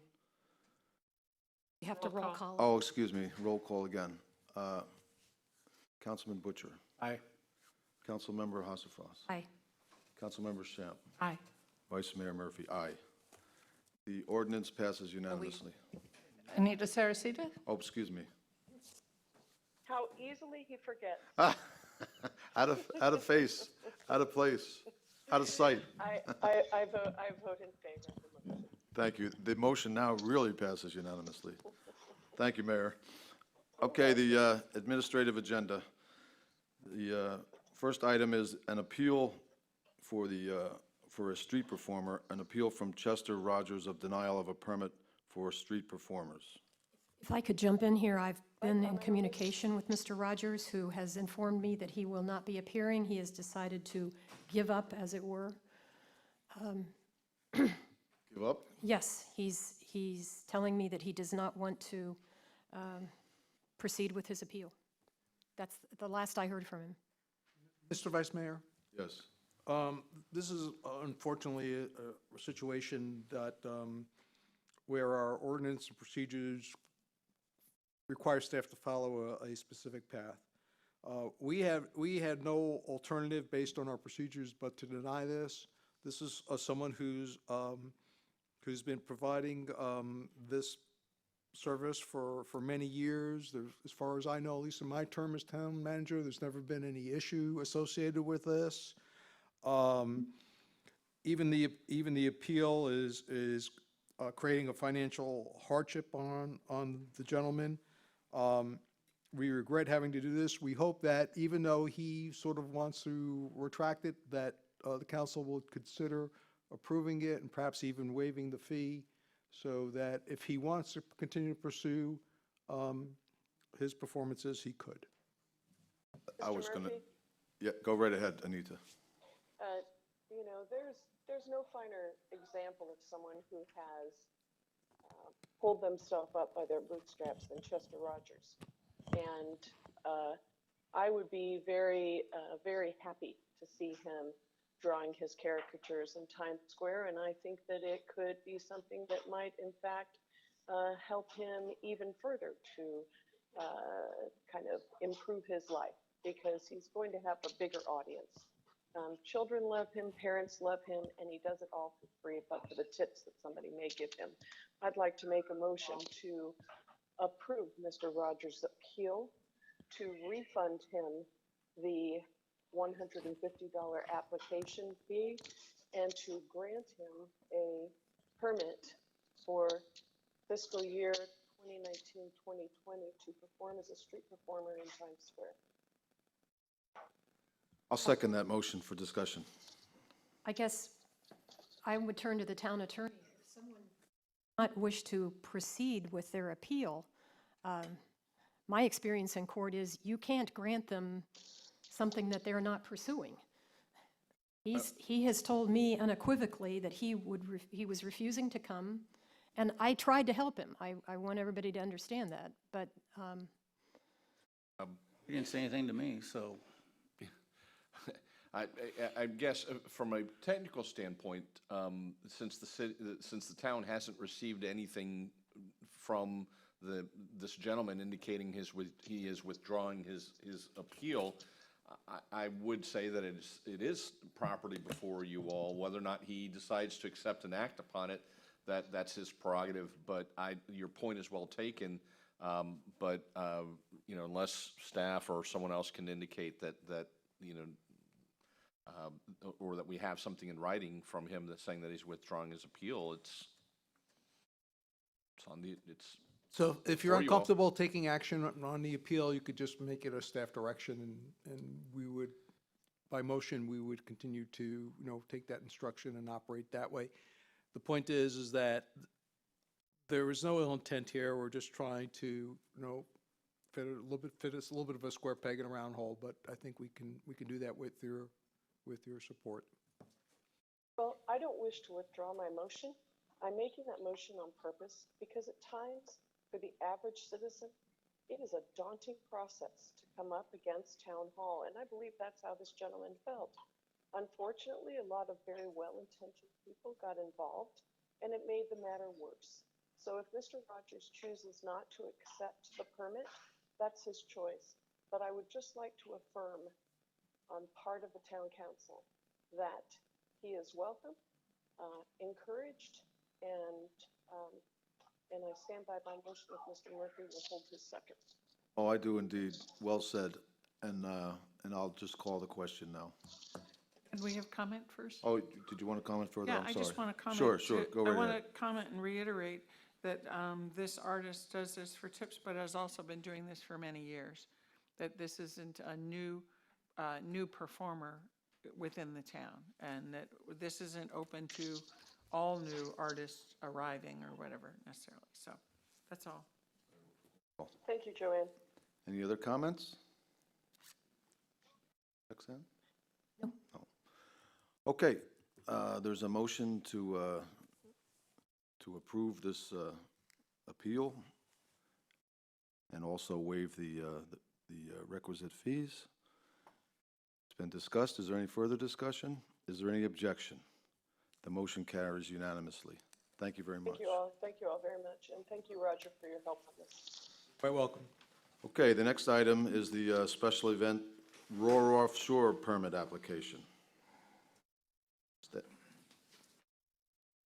So, Mr. Vice Mayor, as you probably recall, when this was last before you, there were expressed concerns with waste management and the adequacy of public porta johns, porta potties.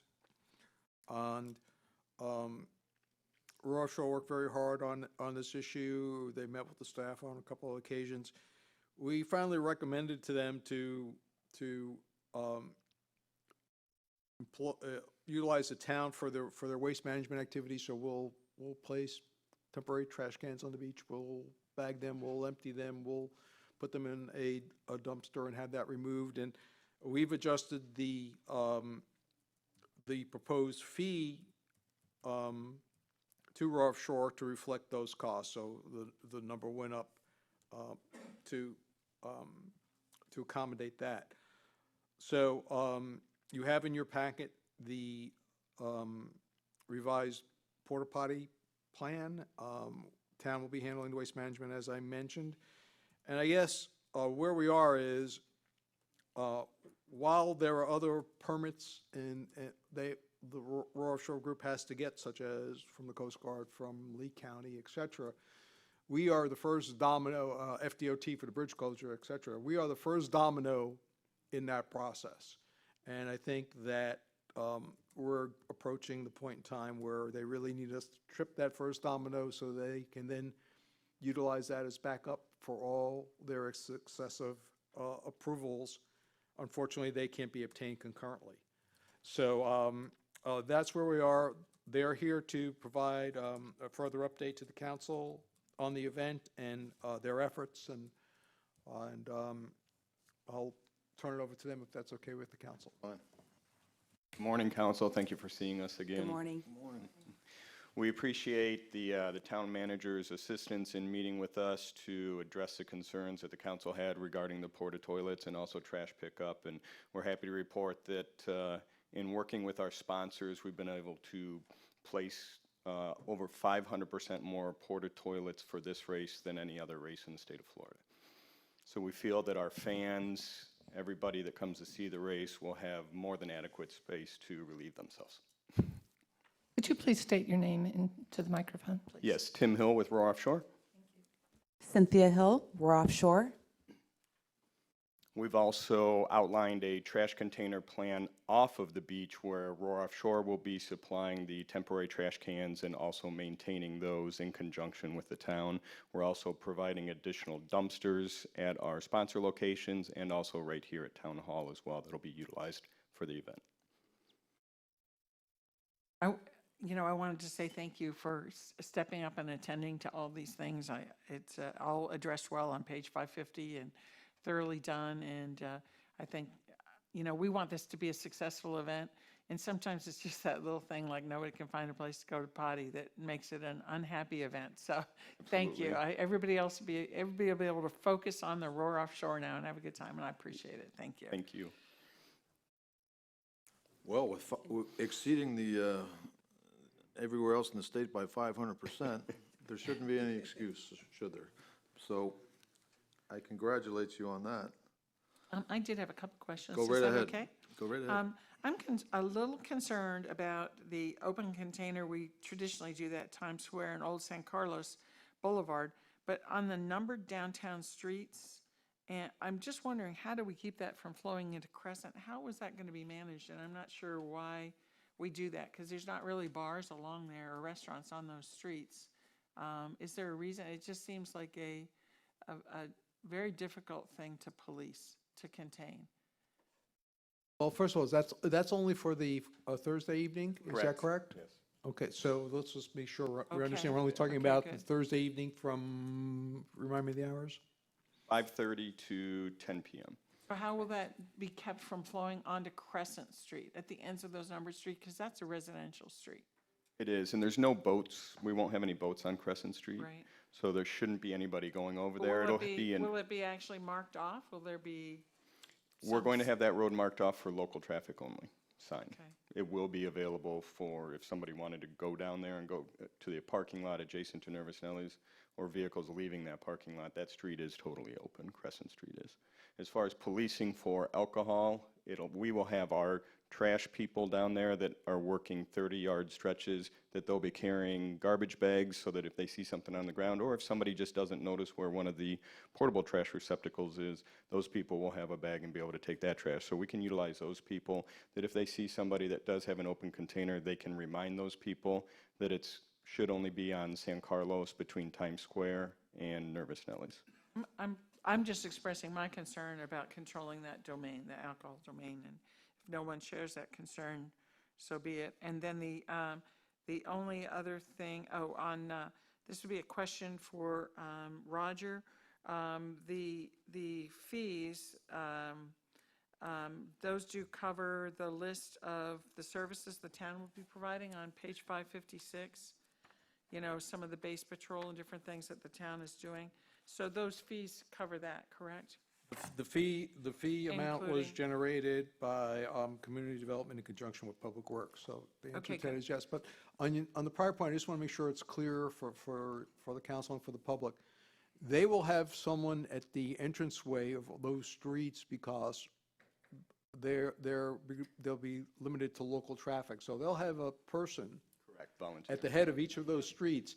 So if they see someone trying to exit with a beverage, they'll not only say that you can't do that, but they'll also have a trash can to receive that beverage. Okay, that's great. That confronts my concern. Thank you. And then the other thing is that I am not in favor of waiving of the fees, and the town will assist in providing some of the services, and I hope it's great financial success. But I don't think that our taxpayers should underwrite some of those things. So anyway, other than that, I am done. I'm happy. Thank you. I share Joanne's feeling that we shouldn't be waiving the fees. And just this is super minor, but important to me. On the main application page where it says sponsoring organization, it says attached sponsorship sheet. Those are your sponsors. That line, and it's probably not clear, was really supposed to be your name. So I just like it to be clear that the sponsoring organization is the Offshore Powerboat Association, and you are the responsible entity, not your sponsors. Correct. We wouldn't want them to be responsible. And that it still says no under waiver of noise ordinance, but we are amending that, correct? You're actually not amending it for Raw Offshore per se, you've amended it for, and addressed it Diamond for Head, okay. Diamond Head. That was the And- point of confusion that Neil was alluding to. Okay. And I think that's it. Oh, I do have one, and this isn't for you, this is to the people of the community. I've received a lot of feedback from people saying, why are you hassling those Roar Offshore people? And I just wanted to point out that we had a very unfortunate event in Italy where people died. And so having safety is very, very important, and I appreciate all your efforts that you've made toward all of those issues, because we don't want anybody to get hurt at these events. Absolutely, and this has definitely been a learning curve for us Yes. through the permitting process, so next year and many, many, many years after that should go much more smoothly. Ditto. But I just wanted the public to know that we aren't hassling you, we're trying to ensure safety for everybody. Absolutely. And as it just recently was proven, it can be a dangerous sport. So how many boats do you have lined up now? We actually have a do not exceed of 75 boats due to some concerns with the fire department in the pits. Oh, do you have 58 signed up, or? We don't have any signed up. They should, Really? again, They when they just show show up is when they sign up. So we have verbal commitments from over 75 teams. So those teams will be on a first come, first served basis for registration. Patrick, they show up that day and want to march, Yeah. so I know what you're going through. But it's that way at every race location, so Okay. they do have a way to get through it. They have a process. How about that ferry that was going to go from Salty Sam's over? Salty Sam's, it'll go over to, what's the name of the marina? That's Island Bay Marina. Yep. And that will be on demand for race teams. We will use Lee Tran to shuttle the public from the beach over to Salty Sam's. Do you ever get any, well, how many people are you expecting now? Do you have any clue, or is this just? Based on other race sites in the state of Florida this year, we're still maintaining that 70,000 people over the course of 3 days. Figuring. Over the course of 3 days. Yeah, I understand, Not at one shot. but how many is going to come on race day? I tell you, I'll answer that question for you. Okay. Because I remember when the races were here last. It's not overwhelming. It was not overwhelming then, and I don't know whether the interest in this sport has increased dramatically since then or not. I'm unaware of that, but it was not overwhelming.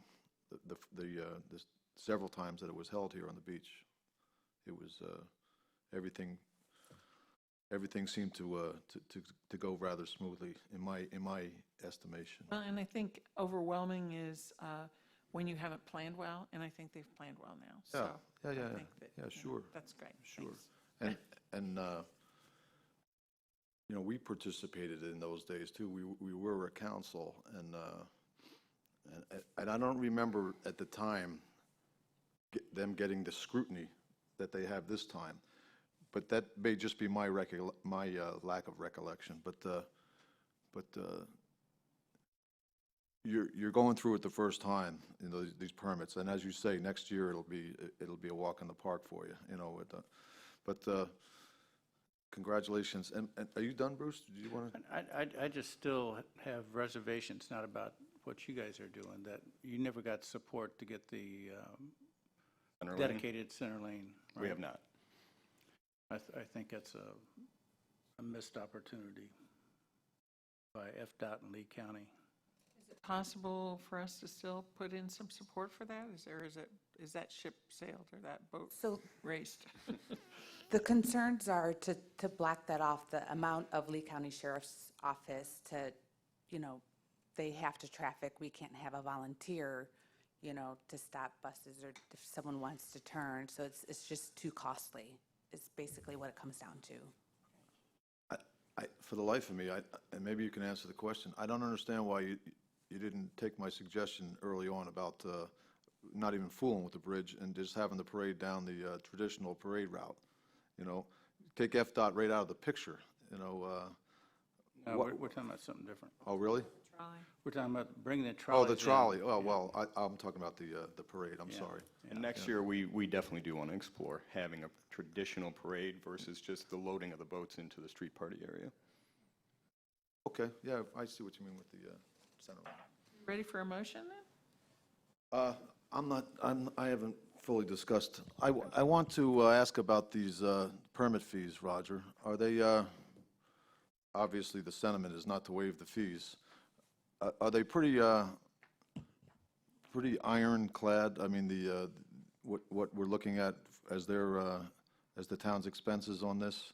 I mean, to reflect these fees? Yeah, to be perfectly honest with you, Mr. Vice Mayor, I think in terms of all the entities that they're dealing with respect to fees, Yes. okay, we are the absolute Bargain. cheapest bargain of all the folks that they're dealing with, and they're really the minimal fees that. That's not really my question. My I'm question. okay, I'm sorry. My question is, are the fees that we're asking or for the permit, are they really nailed down as to the actual expenses that are going to be incurred for this event? In other words, they're not general fees. They are. We have, we're planning 50 town garbage cans to be added.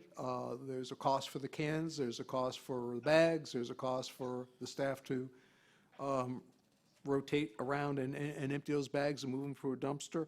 So, since we don't have first-hand experience, we're basing our plan on the information we receive from the Aurora offshore folks and the experience of our staff as a group. Obviously, we could find out where it's overkill, we could find out that we could have had a few more, but we won't know till we know.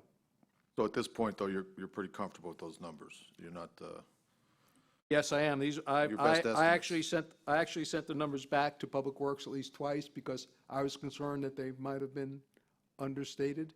And absent a minor tweak where the number of garbage cans and the number of garbage bags that match, they feel comfortable that they have adequate services in terms of the direct sound services the town's providing.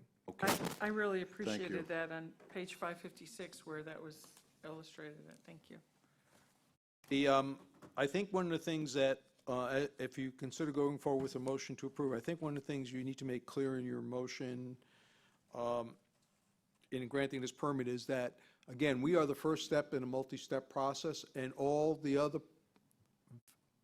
required people who require permits, Lee County, Coast Guard, agreements with Fort Myers Beach Fire District, and the Sheriff's Office need to be in place, obviously, for the event to proceed. So I want to make that very clear to the sponsors. I think they're aware of it. I think you all are aware of it, but let's be sure that we want copies of all those approvals as they come in, assuming the council gives this initial approval for the event to proceed and be held. very good. Well, happy to be the first. Any further discussion? You want to see Yes. if Anita has? Oh, yes. Mayor, go right ahead. Roger, I appreciate you bringing that up because, it has become sort of a what comes first, the chicken or the egg. And What I would also like to know is at some point, maybe it's our first October meeting, I'd just like some follow-up from the Aurora Group that, you've hit the checklist. And if that just is 5 minutes for you to come back to the council meeting and say, everything is in line, just so we're all on the same page, I would appreciate it very much. Absolutely, we can accommodate that request. Thanks, Tim. Or just a piece of paper in our packet, just listing, these are all done. If Yeah. you're going to be that'd pretty fine, busy. too, what Joanne just said. Okay. Yep. Anything else, Anita? Thank you. Nothing else. Thank you very much. Thank you. Anything else further, council? Okay, is there a motion was there a motion made yet? Nope.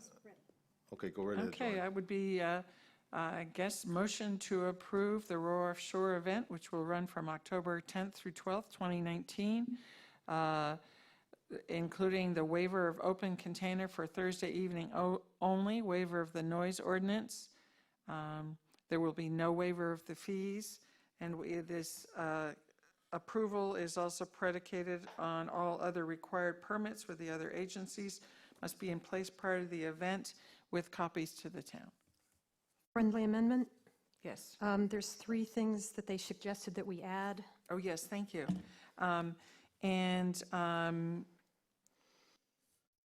Adding, in addition to the permit, number 1, maintenance of the traffic plan for the parade is subject to modification by the Public Works Manager or Lee County Sheriff's Office. Number 2, no vehicles are allowed on the beach unless specifically approved by our environmental specialist.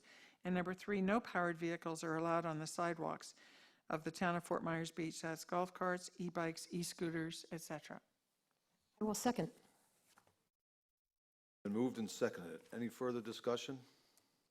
Mayor? I look forward to a really successful event, and I think that what the Hills have said is accurate. This has been a big learning curve for them, and hopefully next year this will go off without a hitch. Very well said. I'll add to that, to the mayor's comments as well, that we congratulate you on getting this far, and wish you all the luck in the future with your remaining process. And of course, we wish you a great event for yourselves, for the community, and for everyone else involved. So, it's been moved and seconded to approve the permit. It's been discussed. Any objection? The motion carries unanimously. Thank you very much. Start roaring. Thank you so much. Congratulations. Okay, does this include the FDOT permit? Yeah, I that can you're- sign it. Okay, okay, I just want to double check. But I just want to thank Roger, Chelsea, she knows her town. She's been so helpful. We couldn't have done this without LCSO, JD, Jen Hillary. They've been phenomenal. I can remember the first email I sent her in June with my first packet that was about 20 pages long. Nice try. But thank you. Good. She's good. Thank you all. We look forward to hosting you at the opening ceremonies. Very good. Look Thank forward you. to Thank you. Thank you. Okay. The next item is a special event, Junkanoo's extension of premises for Roar Offshore. Junkanoo. Town manager, is there anything special here? Just give me a second, let's see.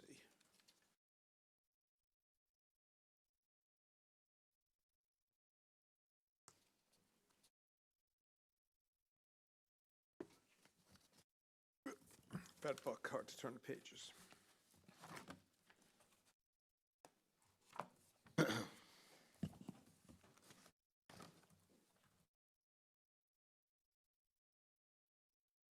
Okay,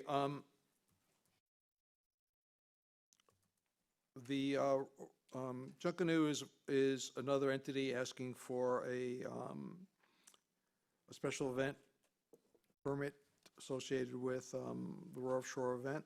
On our blue sheet, we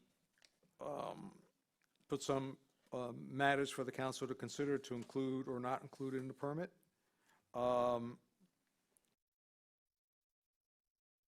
So we'll take our lead from you. I think it's pretty well enumerated on the blue sheet, but if you have any questions, Jason is here to help you work through those. Council. Joanne?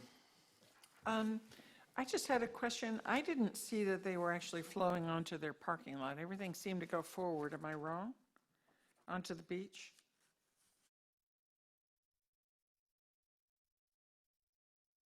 It looked to me that like their extension, they're doing an extension of premises onto the beach for the COP, but I didn't see them like putting up tents or doing anything in their parking lot. Am I wrong about that?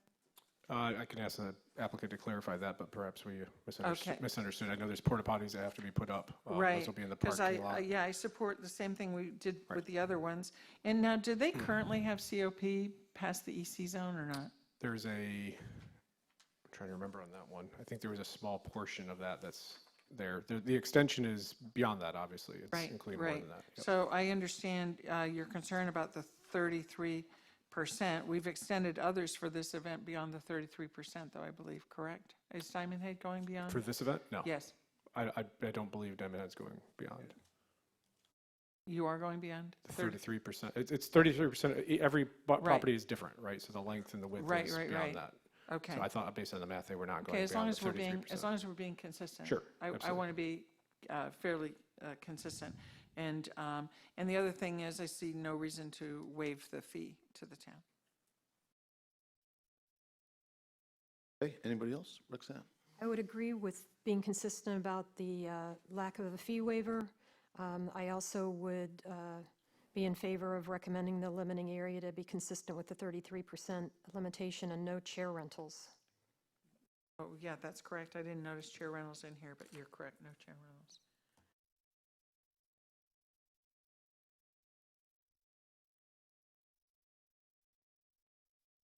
When you look in the application and they've got highlighted the extension area, I'm confused. Is this the 33% or that 66% or?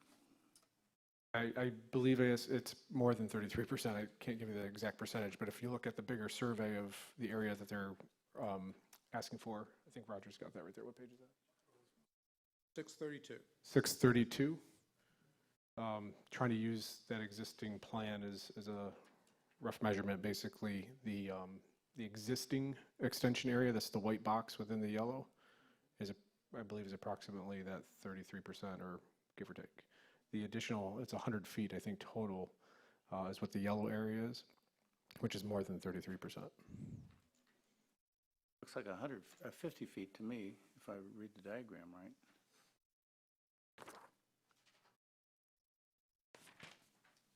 So if you look on page 631, there's a dimension of 100 feet. And again, trying to interpret some of this when they submit it. So 631 has a dimension of 100 feet in length. Okay, so that's the existing 50 feet, and they're asking for an incremental 50 feet. Correct. For a grand total of 100. I see what you're saying. Correct.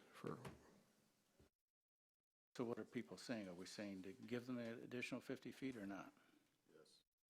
I'm saying that I think we should be consistent with everybody else and not exceed the 33% limitation. Agree? Who's everybody else at this point? The other, as my understanding, all the other permits that we have done, when we've, Diamond Head? yeah, that they did not ask for as much of an extension as Junkanoo has asked for an extension that's more than the 33% limitation, and the others did not, is my understanding. And just for clarification, because the length, the 100 feet versus 50 feet is not going to be the same for each one because it's percentage. So it's all dependent on how much beach frontage down to the original Right, control line. which is that why they I have. keep trying to say Correct. the word percent. Percent. Yeah, but Diamond Head, when you say consistent, Diamond Head didn't ask for it, so I don't see how we're consistent. Diamond Head has to be within the 33% of their length down to the beach. They have an extension, but they won't go beyond the 33% of their from basically developable land down to the wet sand. And then again, each parcel is a little bit different because of the length of ownership down to that point. I guess I don't see any problem giving them the extra 50 feet, so. I don't either, to tell you the truth. But Mayor Saracita, do you have any comments on this matter? No, I guess I would just say that, each entity had the ability to make application for what they wanted to do for this event. Junkanoo seems to me a little different. They've got so much beach frontage there, and it is the anchor location of the race. I don't have an issue with the way the permit is as is. Or the request, let me say. If I'm understanding everybody correctly. You don't have an objection to them exceeding the 33%? No, I don't. Does their extension cross the ECL line? No. Okay. Yeah, right. You can't permit anything across that, absolutely. So assuming it doesn't cross the ECL line and that the public right-of-way is maintained from the wet sand and some landward area. Yeah, the only thing I'll mention about this is if you're inclined to do it, and recognize that this event, this may be hopefully year one of many years, other folks may have taken a conservative approach because that's what the town would typically approve. This particular applicant is asking for a little more, but be assured that if you're inclined to grant it, others will be doing the same prospectively. If I may, it's obviously a policy decision of this council, but to the question that's been asked as to have other applicants asked to exceed the 33%, no one has asked, as to the best of my knowledge, based upon what I've heard today and what I've looked through in the files and this agenda, is because your code says that's the limit. 33% is the limit this council has placed within your own code for approving these outdoor or allowing outdoor expansions. It's 33% of the property measurements, as staff has explained. And all the other applicants have complied with that max extension. The point being, I'm not quite sure, defer to the director, I'm not so sure that there's a provision within your code to waive a limitation that you all yourself have put in there. And it's in there for environmental protection. I mean, it's in there for a good reason. Well, and I guess the other thing I'd throw out here, I wasn't going to say this until it became an issue of extending here, but there was another event at Junkanoo's where the boundaries were exceeded, and I got lots of complaints about it. So they haven't shown that they keep real good control of that. Red Coconut had a lot of people that had problems with people coming over from an event that was occurring at Junkanoo's during a prior year. So that leads me to say, we certainly don't want to exceed what is our limitation. Two of us at 33%. What do we have for you three? Well, I mean, I just got some new information. I could go either way, to tell you the truth. I don't see that big of a deal for a one-day shot, to be honest with I you. think what the attorney was saying is he doesn't think we have the authority to do it. Well, if that's, if it's a legal question, then I'll defer to the attorney. If it's a policy question that can be decided by the council, then by God, we'll do it. But, so what do you think, Bruce? Is it a legal question, or is it a question? Let me ask this. If they are held to the 33%, that's where they're at today? That's their containment line today with their existing property situation? Jason Green, there may be a little bit more that they could expand there. I can't read that number. That's the length of it. I think it was 252 feet. So whatever that number is on that page 632 would be a third of that. There's a measurement from basically their, what I'll call the upland part of it, to the erosion control line.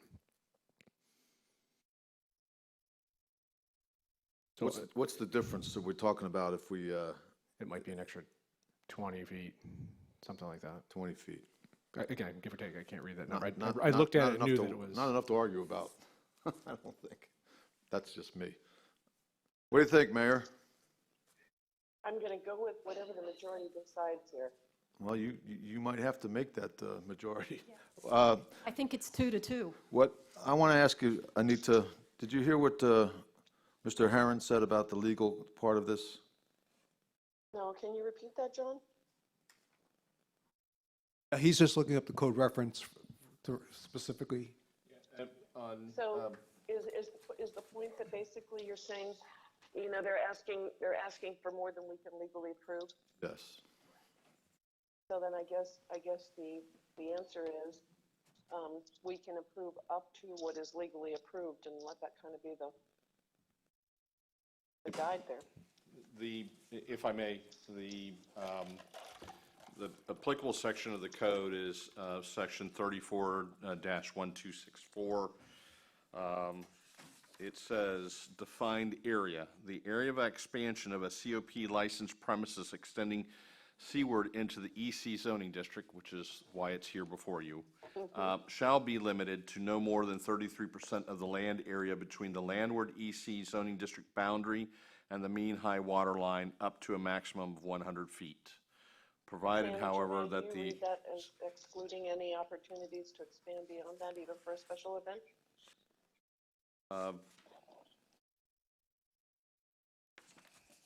Joanne?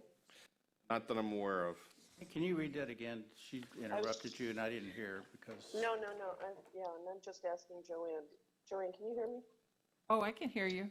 I'm letting the just asking, attorney do you think that opine. means- I'm letting you the think that- attorney opine on this one. Hmm? I'm letting the attorney opine on this one, thanks. Can you read that again, John, Yes, sir. please?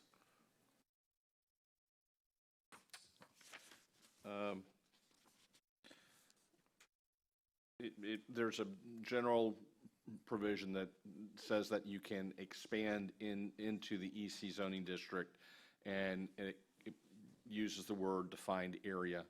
And that is the area of expansion of a COP licensed premises extending seaward into the EC zoning district shall be limited to no more than 33% of the land area between the landward EC zoning district boundary and the mean high water line up to a maximum of 100 feet, provided, however, that the erosion control line shall be used in place of the mean high water line in those areas where the beach has been nourished and provided further than at least 50% remains. It goes on, but the limitation is 33%.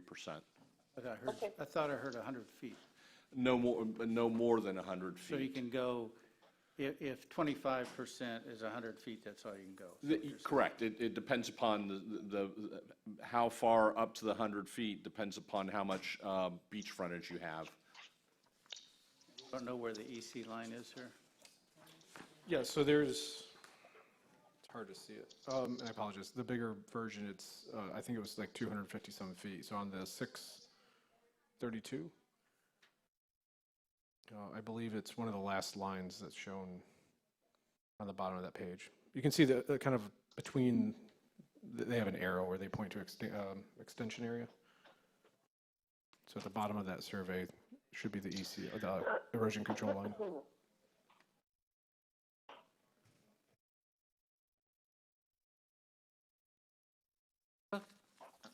Okay, well, I'm going to now move over with Rexanne and Joanne and say not to exceed 33. I'm ready for a motion unless there's other issues then. Right ahead. Okay. A motion to approve the Junkanoo at 3040 Estero Boulevard, request for extension of premise for October 12th, 2019 from 10:30 a.m. to 4 p.m. for the Roar Offshore event. And this approval does not include waiver of town permit fees, and it limits the extension to 33% limitation and no chair rentals. And it also, if one condition is if requested by Roar Offshore or the town, the property owner applicant shall provide an accessible area within their site for Roar Offshore event, portable toilets, facilities, and that's it. Second. Moved and seconded. Discussion? Yes. So, in their diagram, they showed they wanted to go 50 feet laterally. So they're allowed to do that? Yes, there's side setbacks that apply so they can move laterally, parallel to the line. So are they restricted to moving 50 feet on a side, or can they go 100 feet on a side? Or is it their setbacks to adjacent property lines? It's adjacent, setbacks to the adjacent property line. I think they've maximized it, but I guess you could include if they wanted to go wider up to the maximum, other than what's shown.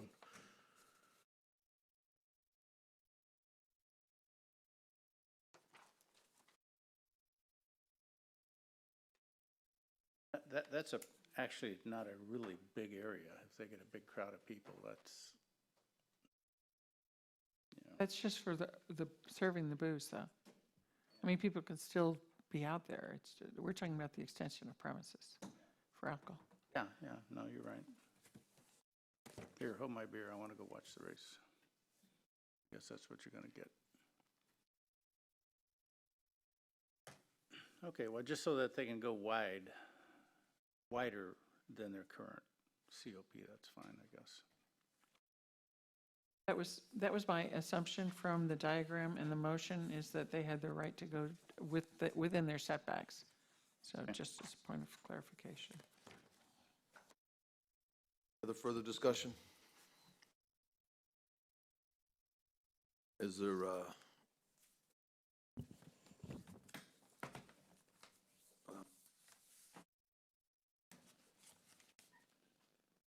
anyone disapprove of the motion?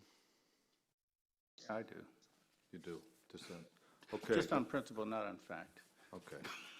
So the motion carries 4-1 with Councilman Butcher voting nay for reasons given. Okay. The next item is a special event permit for Sunset Beach Tropical Grill for RAR Offshore. Staff? Mr. Vice Mayor, this one is slightly more complicated because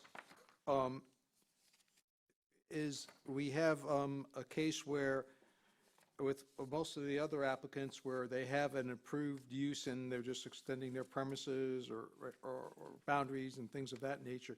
This is a case where they're asking for uses that they currently don't have, and I'll have Mr. Green further elaborate on that. So I think you've already, similar to the other one in nature of, you talked about the beach rental chair, and also in this one, obviously, they're closing the entire parking lot related to the Sunset Beach Tropical Grill. Excuse me. And then again, we have the 33% issue related to the measurement there for the beach frontage.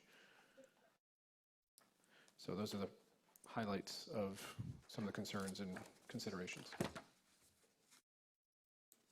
Council? So in their diagram, it says beach chair rental, and it says temporary extension of premises area. That area is beyond the 33%. Correct. You can see on the survey you can just eyeball it and see that's more than 33%. So you have where that the seawall, and there's a dotted line, long line and 2 short dashes. That's the CCCL line, or also the EC zoning district line. And they are asking for, I would put that at about 90%, 85% of the area between that line and the erosion control line, which is that last dark line on the survey on page 3660, I'm sorry. 660. Maybe I'm confused, Jason, because I was reading the last full sentence on the blue sheet page. They have indicated in their resubmittal they will meet the 33% rule.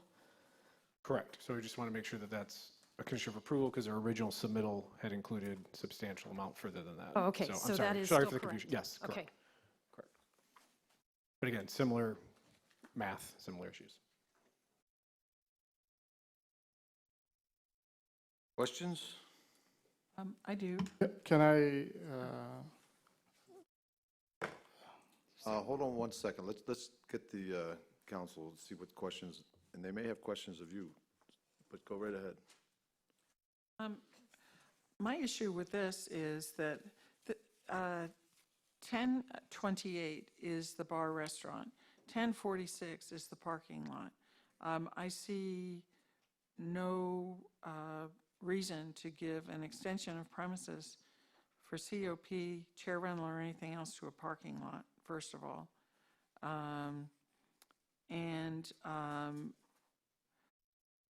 There is no beach chair rental there. That's been established. And I have a concern about use of what is currently used as a parking lot for vendors' tents, shaved ice, t-shirts, food, and bar. Because this, once again, it's the same as other discussions that we've had. This is not that property use. And the event is intended to help shore up those businesses that sell t-shirts, that are restaurant bars, that whatever in the off-season to give them this. And this separate parcel for use, to me, is not appropriate, is not an appropriate use.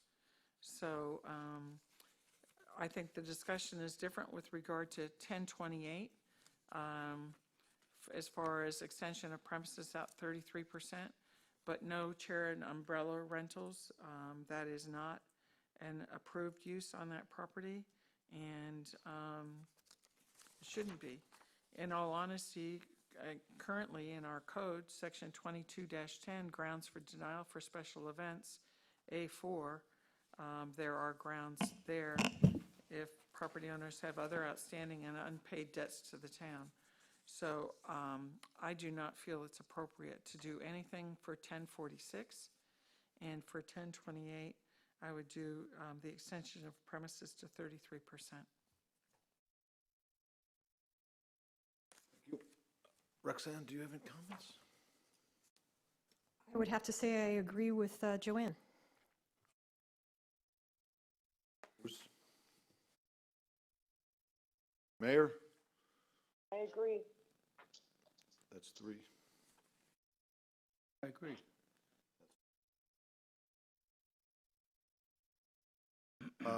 Okay. Is there a motion then, Joanne? I'll make a motion to approve only the request for 1028 Estero Boulevard for October 11th, 12th, and 13th for the Roar Offshore event, for extension of premises of that property only, no further than 33% rule of land between the EC zoning district boundary and mean high water line. And that does not include the chair rental request. And the property owner applicant shall provide an accessible area within their site for Roar Offshore event portable toilets facilities if requested by the town or the Roar Offshore Committee. And there is no special event use authorized for the property at 1046 Estero Boulevard. Is that complete? Second. Oh, and two Florida licensed security guards are required by the town? No, would that still be required if we're not doing 1040? Roger? The recommendation for 2 Florida licensed security guards required by the town, would that be required if they're only doing extension of premises on 1028? What would that requirement be? No, I think if they're not extending into that other property, and due to their proximity, they'll have enough overlapping coverage with the county sheriff's office. That's what I thought. So no need for the extra Florida licensed security guards. That's it. Thank you.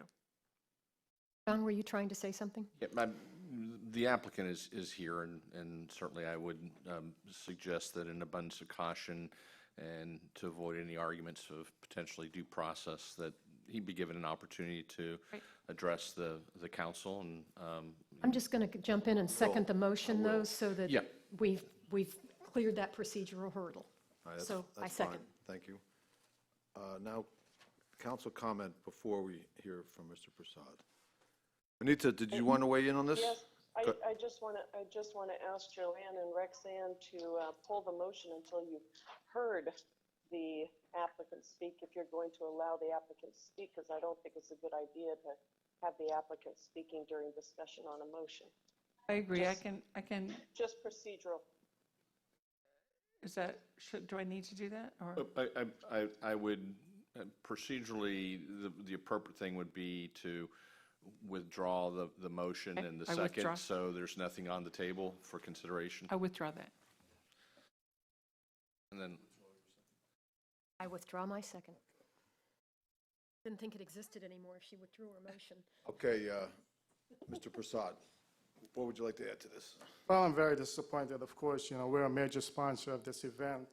We're talking about 70,000 people coming in on the island, and we're trying to accommodate these people. Obviously, the council is now looking at the amount of people that's coming into the island and how we will accommodate them. Mr. Murphy, you mentioned earlier that the reason why the races went away was because there was not sponsorship. We've stepped up and done what we had to do to sponsor this event, and you're depriving me of using my property to entertain these people. Now, I understand that we will not have any, we can't rent the chairs. We have the right to put the chairs out on the beach. We will be putting our chairs out on the beach, but when the folks show up and they want to use the chairs, unless they're a customer of mine, they cannot sit on the chairs because they're going to be watching the race. We are a major turning point for the race, and it's extremely disappointing that the council takes this position. We've done nothing but improve this property and made it one of the better spots on Fort Myers Beach. And, the amount of issues that has arrived on this property, just trying to keep it functioning and making it better has been atrocious. But if this is the council's position, this is the council's position. But 70,000 people, if we think about it logically, this is Times Square. This is your prized possession. This is where everybody's going to congregate. And having it as a parking lot where it's the main turning point for the race, the cars are going to be enjoying the race versus the individuals that's coming out to Fort Myers Beach.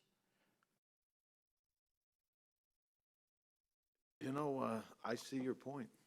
I see your point exactly. I mean, and I don't know what the hang-up here is, if it's because of the codes or whatever. But if that were my lot, I'd want to have chairs set up there for viewing as well. And I don't see that as a big problem. And now, whether it's the leasing of the chairs or whatever, if it's the business part of it, I'm not sure if that's the objection or not. But I'm willing to listen to the rest of the council, how they feel about the chair situation, the viewing, using that lot for viewing. Is there any comment from my fellow members about the? Well, I guess I'd make a couple of comments. We're not treating you differently than we treated other people. You're asking for something different than they ask for, number one. And there was a prior request for chair rental, which we denied. So we're being consistent in doing that. This is not saying you can't put chairs up, it's just saying you can't rent the chairs. That's what it says. And I believe Joanne also mentioned an issue about some fines or liens or something. And I believe that, so we wouldn't have to grant any special permit at all in this case if we chose not to do so. Technically, I suppose. So she has actually extended a courtesy here by going part way in this situation. So that would be my defense of the prior motion. And the parcel 1046 is a parking lot use. If the owner chooses not to park cars there that day, that's one thing. People can certainly stand there. We're just not extending COP. We're not, because at Times Square, you don't have a parking requirement. Sunset correct. Grill, that parking lot is not the accessory to Sunset Grill. That is a parking lot, okay? So if he chooses to not park cars that day, that's well and good. We're just saying that you don't have the right to sell T-shirts, beach chair umbrellas, extend COP there or whatever. People can stand there all they want if he chooses to forego the parking fee. We're not, precluding people standing there. It doesn't have to be cars there because that is not a requirement for Sunset Grill. They're at Times Square, so. Well, point's well taken, but I want to, I also want to appear that we're being consistent and fair. I think earlier we approved an extension for the Shamrock in the back, using their parking lot. And that's their required parking lot for that. That is the single parcel, that's the parking lot. It's not a separate. It's not a paid It's not a lot. separate I see. parking lot on a separate parcel that is not I understand. the required parking for the business on the separate parcel. Okay, I get it. I get it. It would be like Steve's parking lot.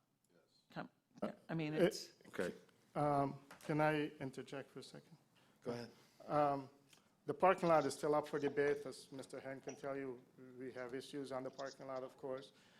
That parking lot has been there for 40 years. It's always served our restaurant, from Top of Mass to the old Playmore. That's always been the parking lot associated with our property. Our clients use that parking lot on a daily basis. We sell the surplus parking.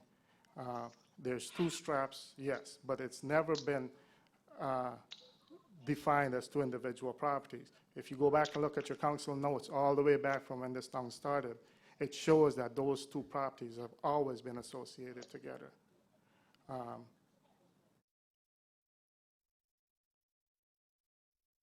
I would like to hear from the Roar people too, just to get a full understanding of this. The decision on the parking lot does make a direct impact on the event from our perspective, as we were partnered with Terry and Sunset Beach Grill as the VIP pier would be included with the Sunset Beach Tropical Grill, and the tent on the parking lot property would be utilized by our VIP guests who are using the pier to be able to have lunch there and be able to be served alcohol there, so that we don't have food out on the pier.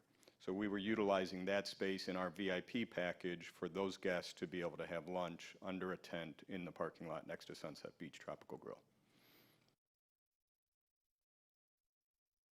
Okay, but I think an important clarification is that you're not getting a parking pass, or you're not getting a VIP pass, and then you can go in there and get beverages and food. The beverages and food are for sale. Is that a correct assumption? Or is it a VIP pass that's a package, or is it just you get access? You get access and you don't pay, or you get access and you do pay? That's the point I'm not clear on. It is part of the Roar Offshore VIP package that food is included in that package. That food would come from Sunset Beach Tropical Grill and be served underneath what we're considering to be a VIP race chalet in the parking lot. Okay, let me ask you a question. If it's just the tent where you want to serve food as part of a package, what part, is it a third of the parking lot? Is it, because I might be willing to go there but not allow snow cones and T-shirts and all this other stuff. And that's something I would have to defer to Mr. Persard on. Well, I assume you know how big the tent is if it's part of your package. It is, I do. And we don't, the extracurricular items like snow cones, T-shirt sales, that was not in our minds. We do have as Roar Offshore, we have apparel that would be available there, but we were not looking to have vendors in that parking lot.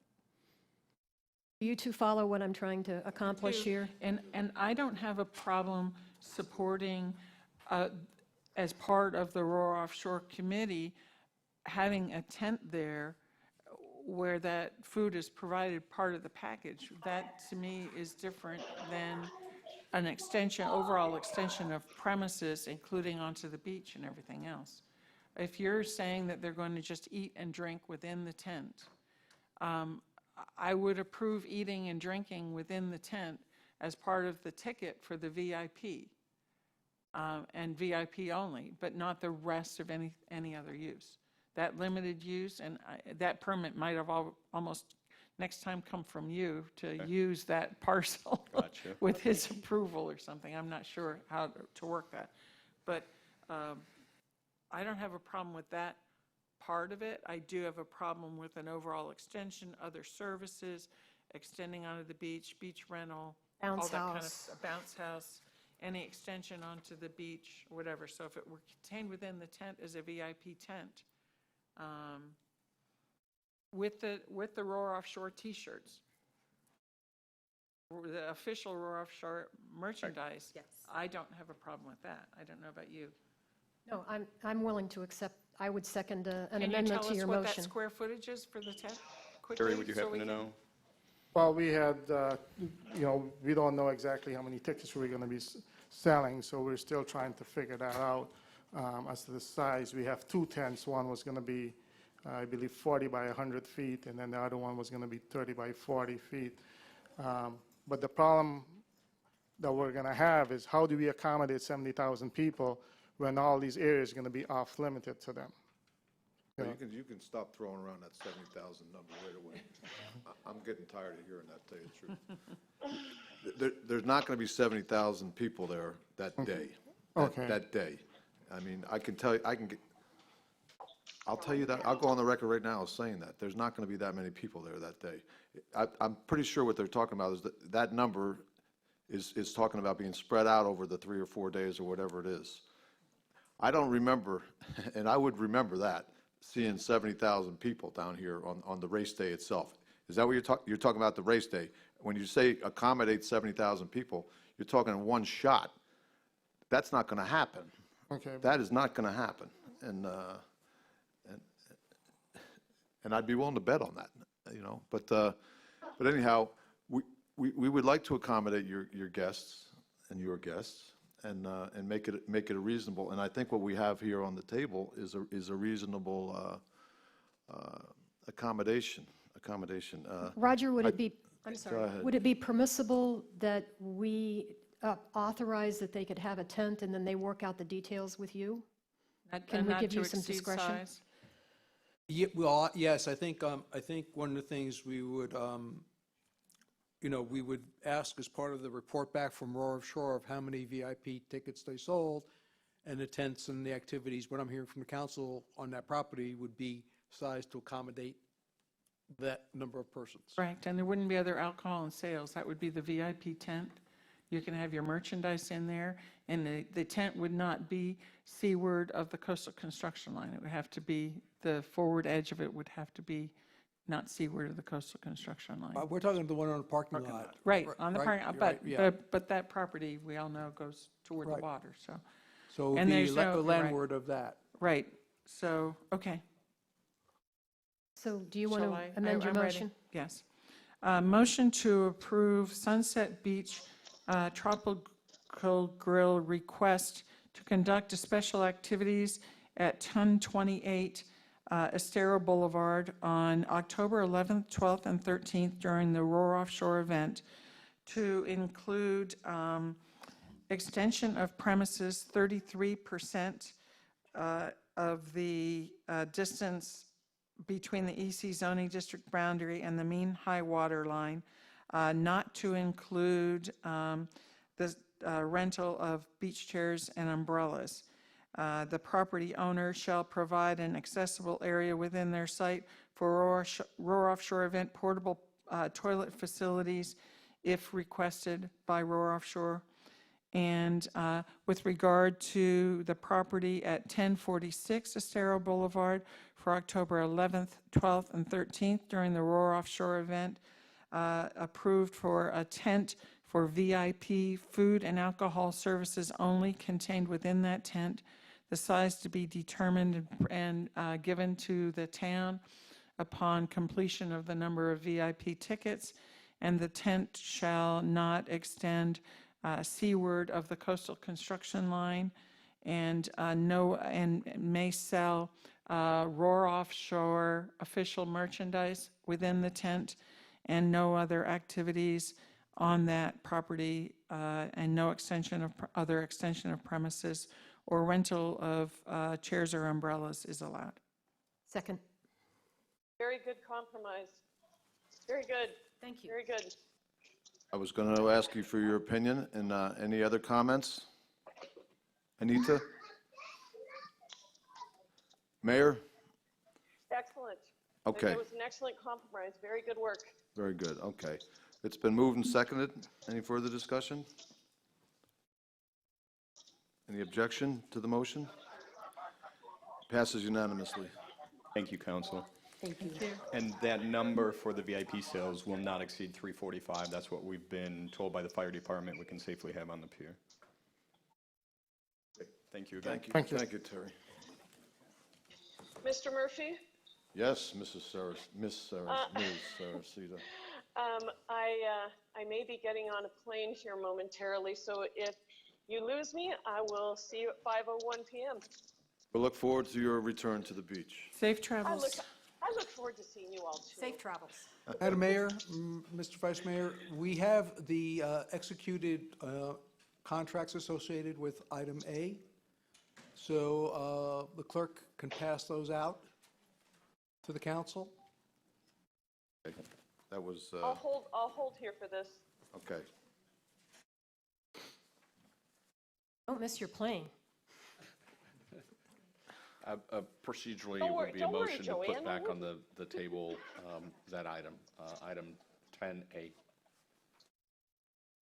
You suppose we should take a 5-minute recess so that I can read them?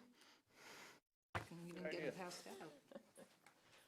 Yeah, since you went through all the trouble getting them, you might as well read them. And Michelle won't have to hurry passing them out that way. Why don't we just, Okay, let's let's recess. Well, we'll recess.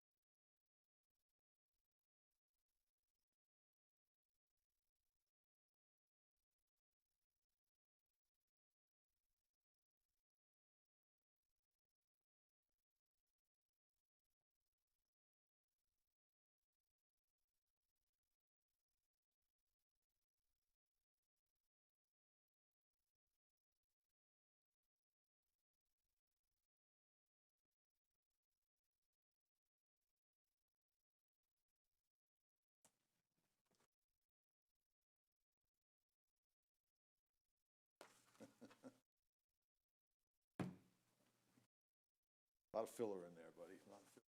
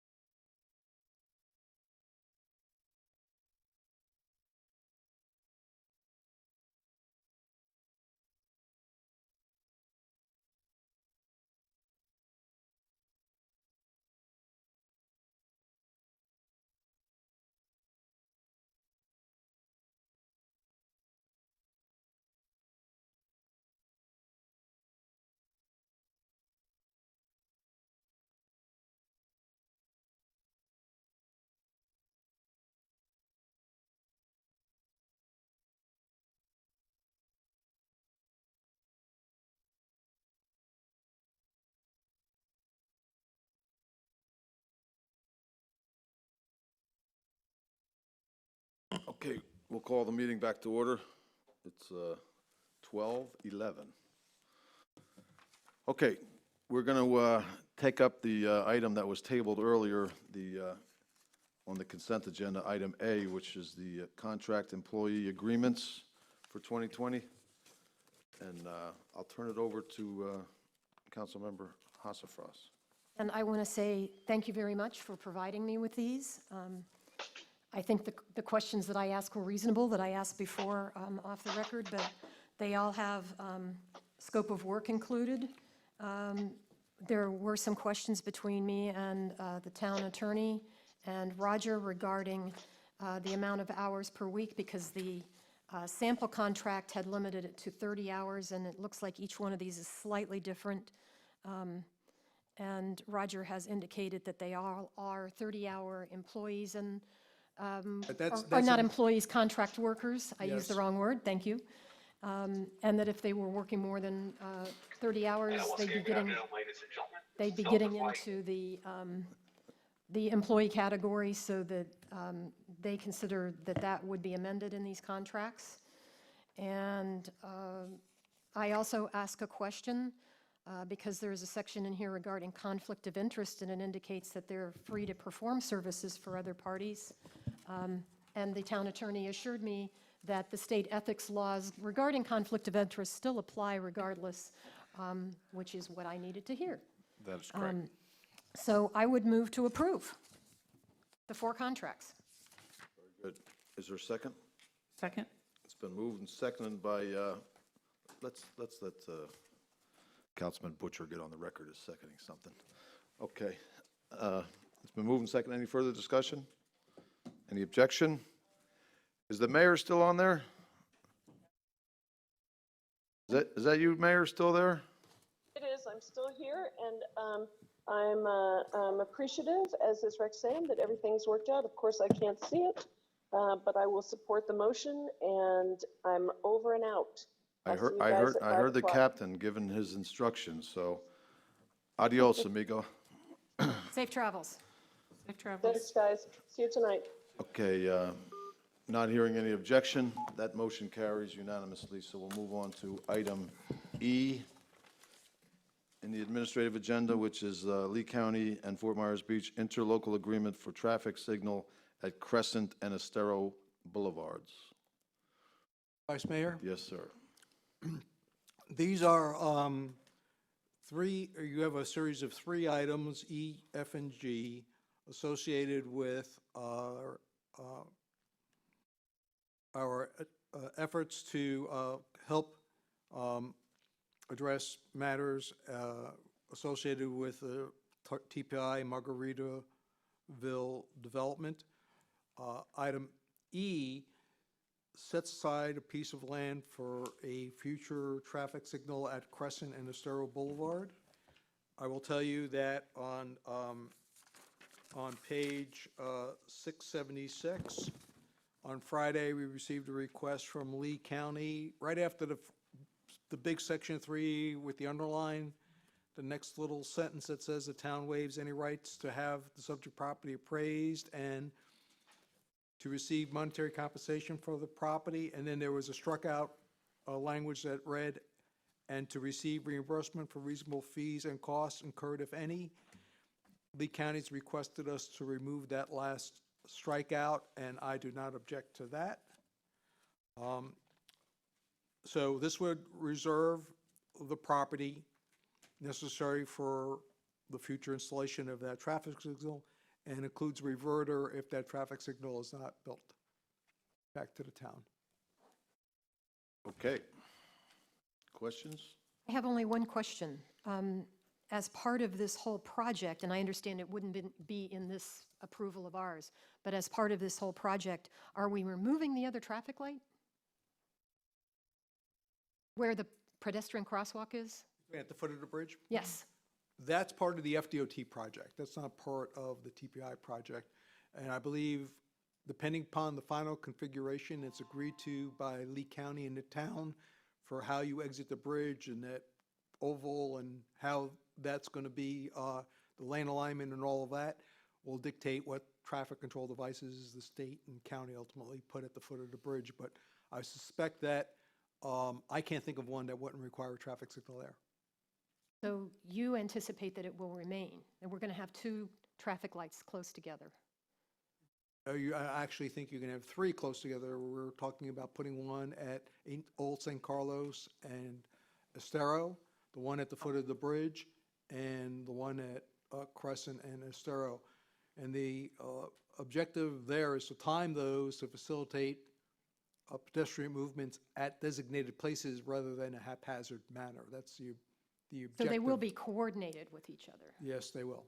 You weren't on council yet. We had oh no, sir, I reported this. It was from a meeting I had, that we all got invited to the traffic control thing on, what's the name of that street?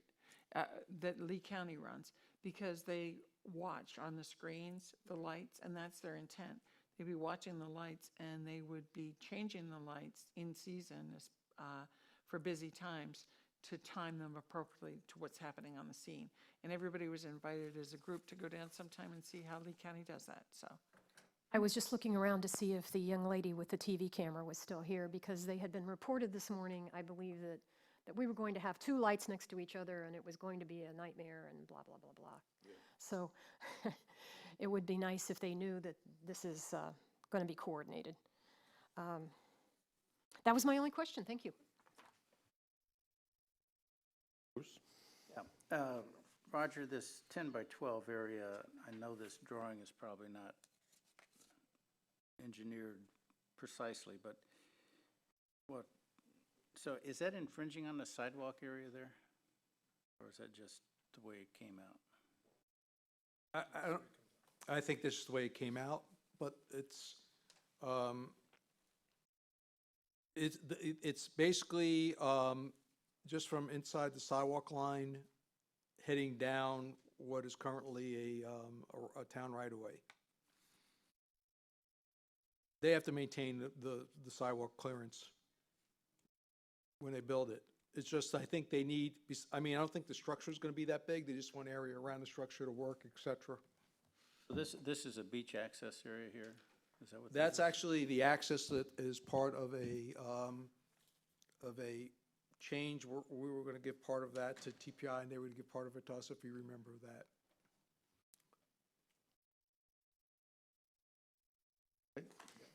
Okay, is there a motion to approve the interlocal as presented? Yes. With the amendment, please? Yes. with the amendment. Move to approve the proposed interlocal agreement between the town of Fort Myers Beach and Lee County for a traffic signal at Crescent and Estero Boulevard, and authorize sending the ILA to Lee County for extension. And this approval includes the change on packet page 676 to reinsert the words "and to receive reimbursement for reasonable fees and costs incurred, if any." Second. Moved and seconded. Any further discussion? Any sorry. Did you say to reinsert? Yeah, because it Yes. was crossed out. Roger asked that it be reinserted in the middle of page 676, the strikeout words. Unstrike or reinsert those words. Yeah, the words are, "and to receive reimbursement for reasonable fees and costs incurred, if any."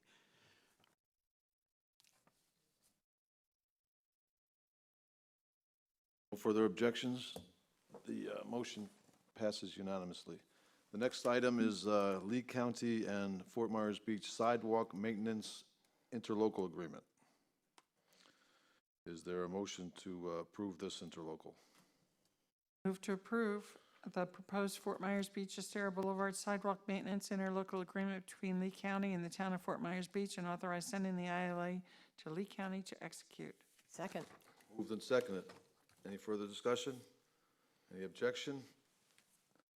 Motion to approve the interlocal passes unanimously. Should you say on the record that these two approvals have been 4-0, that Mayor Saracita has left the chambers? Okay, they are unanimous, I did say that, and they're unanimous 4-0 with, the mayor checked out at whatever time that was when when they closed the door. 12:13 p.m. Closed the door on her.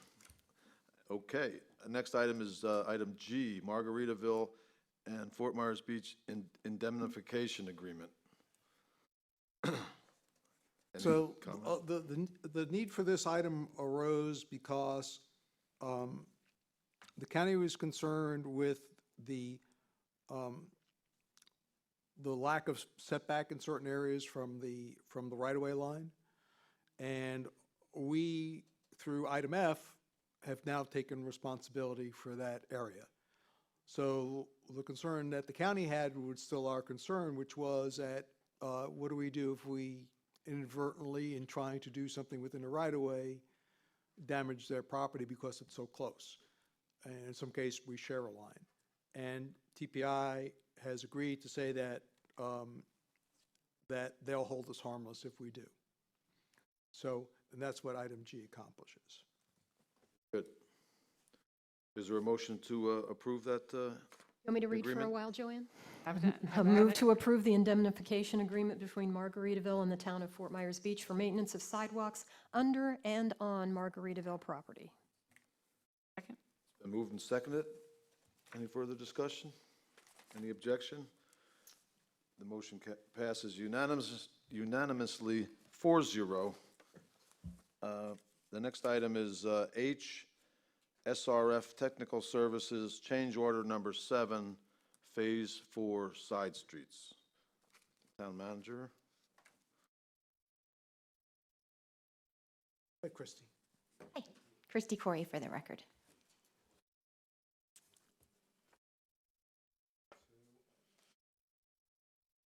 This is item H. This is our authorization for This is, Angie Brewer. right, this is what Angie Brewer. Angie Brewer. Yes. Right, so Angie Brewer and Associates basically are our liaison with the state revolving loan folks in Tallahassee.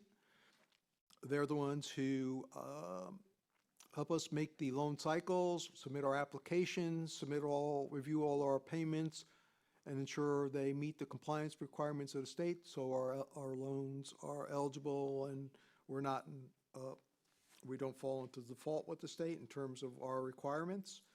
And we have been very successful in funding the project, utilizing the state revolving phone funds due to their assistance, and we recommend that we continue their services.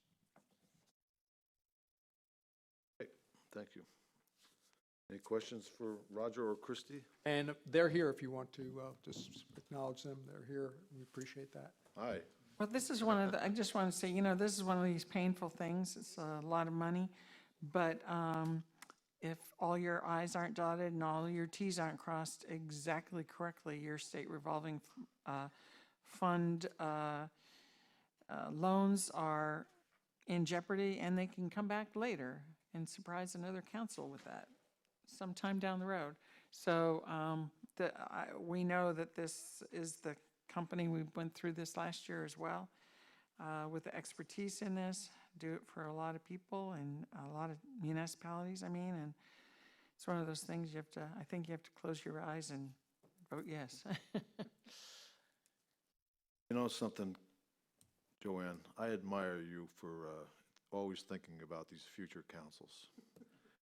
I wouldn't go through that trouble. I'd let them be surprised every once in a while. But you're a better person than me. Okay. Oh, they'll have their share of surprises. They There will. always are. They will indeed. Okay, is there a motion to approve this contract? I'll move to approve and authorize the town manager to execute a contract not to exceed $147,504 with Angie Brewer and Associates to perform compliance activities required by the state revolving fund criteria for town project Phase 4 side streets. Second. Moved and seconded. Any discussion further? Any objection? The motion carries unanimously 4-0. Thank you. Yes, I'm sorry you had to sit through all this to get to that, but. We had them working in the back. We've been working. Oh, you have been, oh, okay, okay, good. Get back to work then, you're getting Good for paid. Thank you. Go grab a Not getting sandwich. paid to sit here, go. Bring me back a sandwich. Okay. Well, here we are, final public comment. Oh, I've got town manager items next. Well, it's out of order then, Oh. because I've got final public comment. So let's go to town manager item. What? See, My see, apologies. 8? Yeah, it's unusual order, huh? But, Oh, there's, apparently, since the only one here is Gary, I guess there's no final public comment. It's my turn. Keep it to yourself, Gary. okay. So the council inquired as to the status of the Times Square information kiosk renewal. It's up for renewal in early December of 2019. The current service provider is Moss Marine. They're paid us $24,000 a year, and they've indicated to us that they're interested in renewing. Under the contract would be the same terms and conditions, yes, sir. So that's the status of that, and of course, that would be coming before you for that actual renewal as an agenda item in advance of that date, early December date. And, thank you for that. And the questions I would have moving forward, of course, are, are they making the payments, which you say they are, and are they meeting the conditions of the agreement? And providing, has the town been able to provide information to them too? Because part of that is they are a PIO for the town up there too. So, they have town info that we can. The answer to your question is yes, we have. I will tell you that I think they experienced some learning curves in providing this service, and in terms of, staffing and other associated issues. But when the contract is up for renewal, we'll have their representative here in case the council has any specific questions on how they're carrying out the operation. Make a comment. I was down there the other day and we were walking around. The booth was in action. There were some people from Germany or someplace, and they were very excited about the information they were getting from the personnel in the booth, and it looks really nice.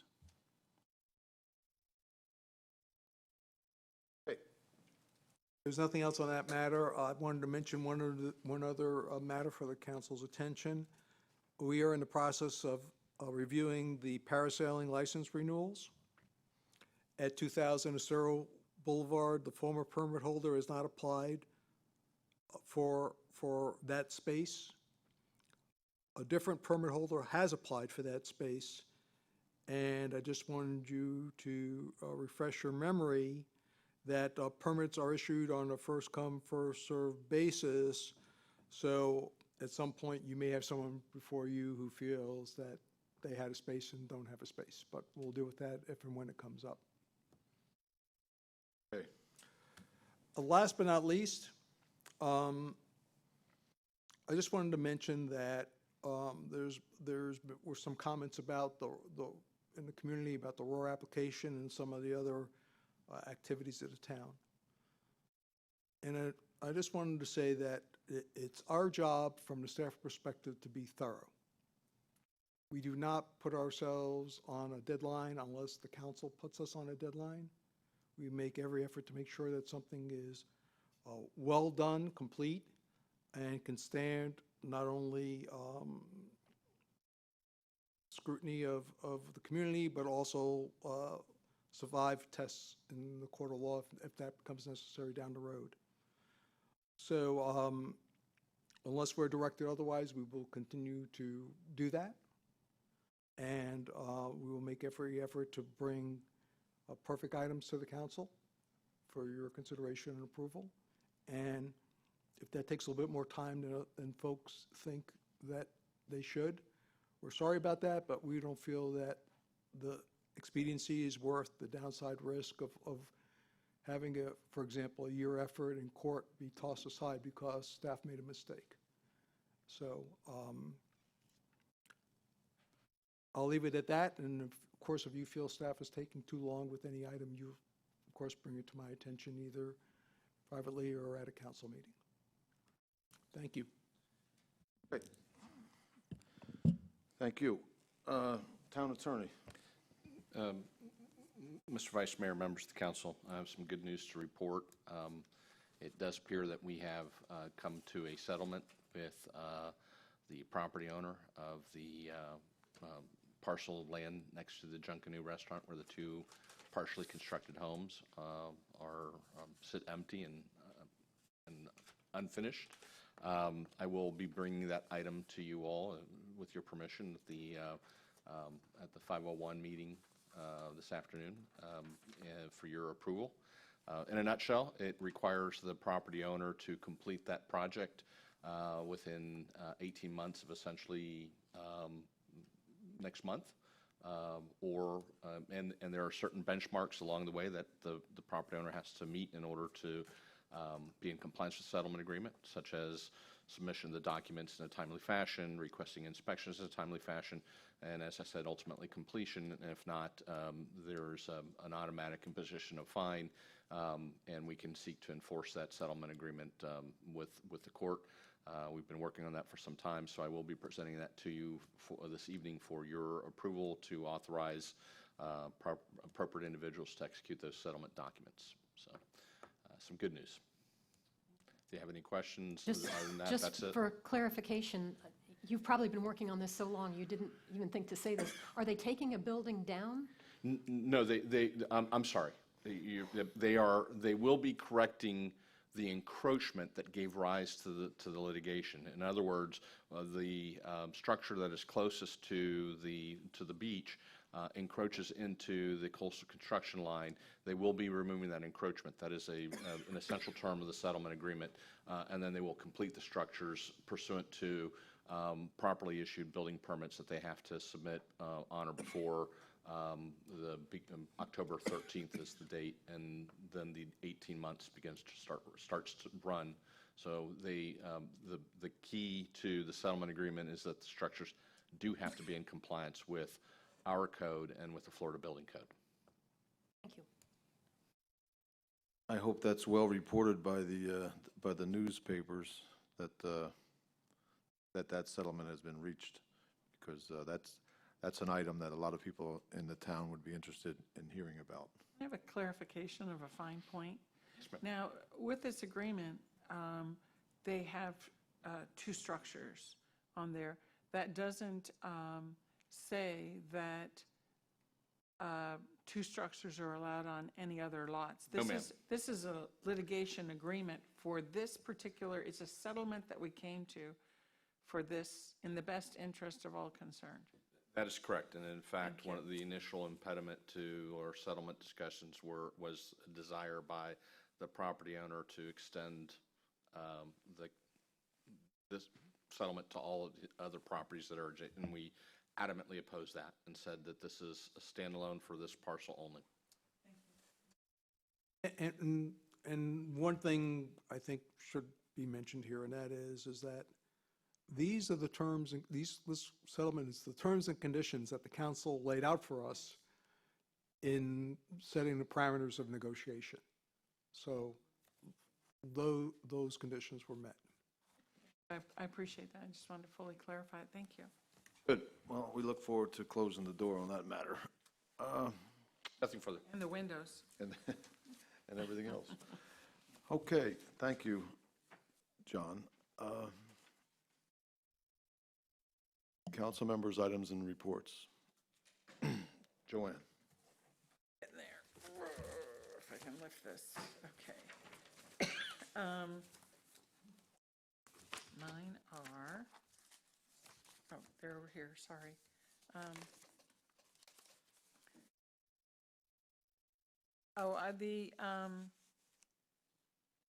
We've had a lot of mail this week, I'm sure everybody has, with regard to the bridge, Estero, Old San Carlos, the guard at the crossing, the lane over the bridge, the traffic light, et cetera.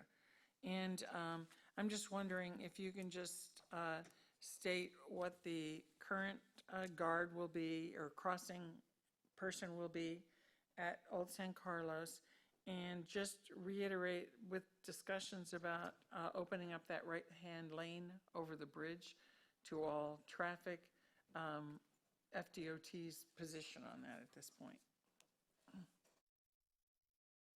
So FDOT is continuing to progress on their St. Carlos Boulevard going over the bridge and all the way down project.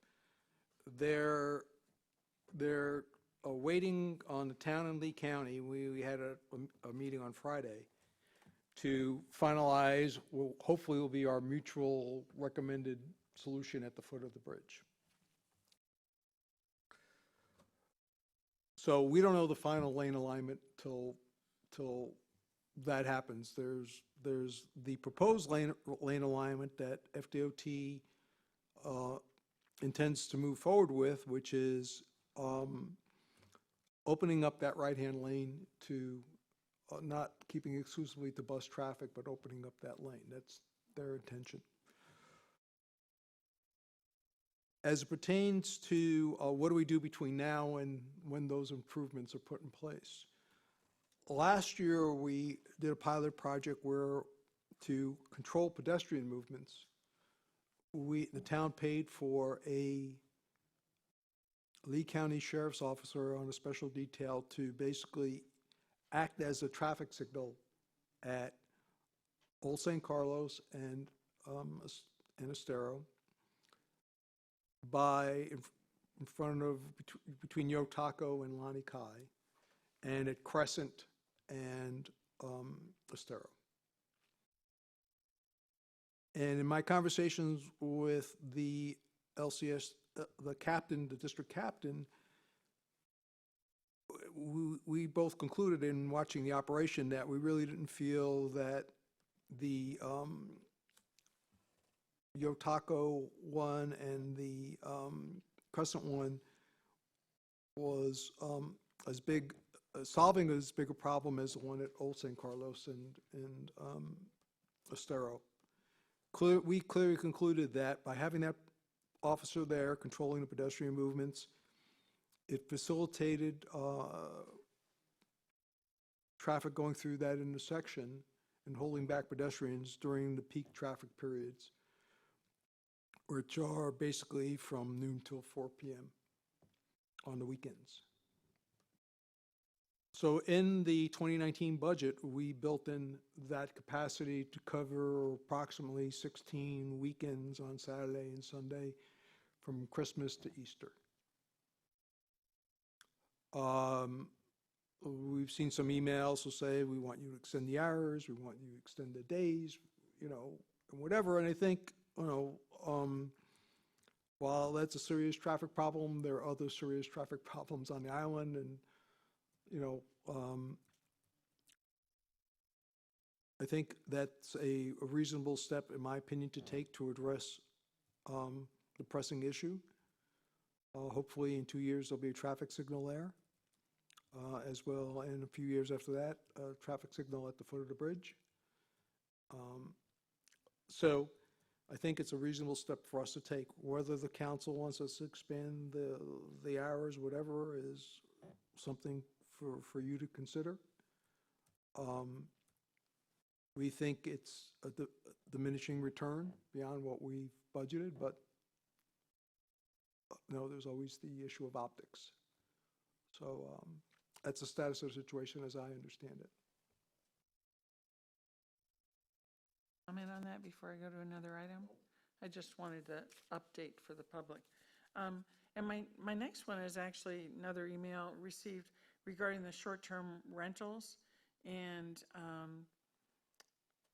it included what appears to be, a lot of short-term rentals that want to rent just during, let's say, Roar Offshore, 3 or 4 days. And, I'm just going to say, from my point of view, I consider to be, continue to be very concerned about the lack of respect for our regulations that are meant to protect our neighborhoods. And every city, not only in this country, but around the world, is grappling with the changes from the impacts of homes and other things functioning as hotels and motels. And I just want to state that I continue to be very concerned, and I'm going to continue to support staff's efforts to support all of our ordinances, and that includes the ones with regard to short-term rental, because while some people may think that things are over-regulated, if you are in a situation where you can no longer tolerate living in your home because of what's going on around you, that's a safety and welfare issue, and Town Council has made our neighborhoods' quality of life and quality of life throughout the entire island a priority. And I hope that each individual property owner will take it to their own heart to be a good citizen within the community and do what's right, not only for their own income, but more importantly for the neighbors around them who also have a property right for peace and quiet and quality of life. That's it. Thank you. Well said. Roxanne. Speaking of receiving emails, I believe we may have all received an email from people associated with the Times Square events. And I don't know if this happened before I got on council or after. I don't remember it happening since I've been here, but evidently some kind of assurance was made to them that a future fee reduction might be available for their events, but it was postponed until budget time for discussion. They seem to be under the impression that promise was made to them and that didn't occur, and that when their rents were increased for the space down there, there was going to be some discussions about sprucing up the area, maybe more uniform umbrellas or something like that. So I guess it seems that we've kind of dropped the ball with communication with them, and I'm not sure. That's just the assertion that I've heard. Yeah, well, I would tend to disagree with that. Okay, that's why I said it's just what I've heard. So, as you know, we are embarking on what will probably be a multi-million-dollar project to refurbish the Times Square area. The merchants have been invited to a planning session, and it was conducted already to get their input and suggestions. We had, recognizing that that project wasn't going to be implemented immediately, we painted Times Square recently to try to spruce it up. In my opinion, the real issue is their request to have the fee for their recurring Sunset Celebration event be revisited. And as part of your deliberations this evening, you will have the fee schedule before you, and you, at that point in time, can consider whether or not our fees for that event need to be adjusted. In my opinion, they're fairly minimal, but at the end of the day, the council can decide to adjust them how you believe are commensurate with the benefits that they get. Bruce?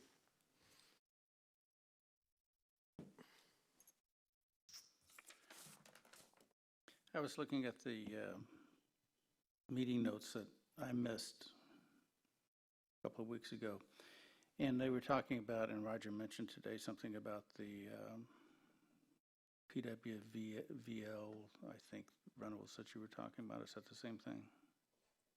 Yes, I believe at the meeting that you missed, Counselor, we had raised the question of whether or not we should sort of reopen the ordinance for a look, and the council consensus at that time was no, not to do that right at this point in time. So we're proceeding to operate under the existing ordinance, and the heads up I gave you a few minutes ago was relative to a person who I'm sure will at some point contact you via email, in person, or accost you at CVS or Publix or somewhere and, you know, say they feel like they got a square deal. And I just wanted you to have enough information so that you didn't get caught off guard. Right, so my comment about that was I was surprised that there were concerns about the ordinance, and yet, to my knowledge, none of those concerns were brought forward because people said, well, we don't want to look at it. Am I saying that right? Well, when you say there were concerns about the ordinance, I think that the service providers were looking for less rigidity, more flexibility, more areas, et cetera, to expand their business. We asked the people who direct staff and set policy, which is your colleagues, whether or not they wanted us to sort of open up that can. I won't say can of worms, but open up that can, and we were told at that particular point in time not to, so we didn't. If I could clarify, I believe what I indicated was I didn't want to open up the can of worms, but if there was a serious concern about a particular issue by staff that they could correct some detail that would assist them, I wasn't against doing that. But I didn't want to open up the entire ordinance for reconsideration. I guess my only concern was not hearing what the complaints were and understanding that. And because I was confused because I acknowledge that you said something like that, though, if there's a problem, fix it. But I'm thinking to myself, well, if I can't hear what the problems are, how can I know what to fix? There's two different sides. There is, staff said there might be some minor issues that they want to fix, but then the vendors all have issues that are fairly self-serving, if I may use those words. So I don't want to get into opening up the can of worms where everybody starts coming in and asking for things that would benefit them. So I narrowly tailored my answer to say, if it's something that will help staff function better, sure, open it up, but let's keep it very narrow.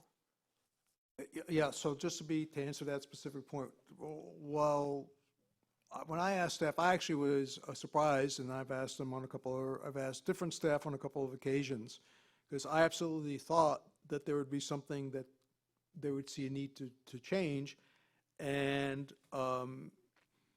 they did not have any burning issues that they felt that they had to advance to council at this point in time. So,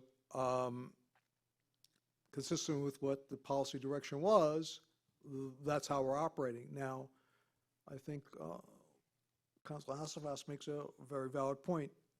These folks are in business, they're trying to expand their business, et cetera. So They're looking for a lot more flexibility. We're just looking to, manage the situation how it is, well, and then the council can decide at a future date if they want to expand it further. Okay, well, my understanding is the vendors wrote the ordinance to begin with. And if they, They participated and had input, but they didn't write it. impression I got was they pretty much got what they wanted when it was written, but. Well, That's just my opinion. I think there was a lot of, based on what I could tell from looking at it, clearly a lot of their concerns were accommodated by somebody, whether they wrote it or staff reviewed it or the council at the time. So I think a lot of that was done. However, the council made some decisions. You can't be in front of, certain buildings of certain sizes that don't meet a size requirement and other things for what I assume were very well thought out, very valid reasons. So I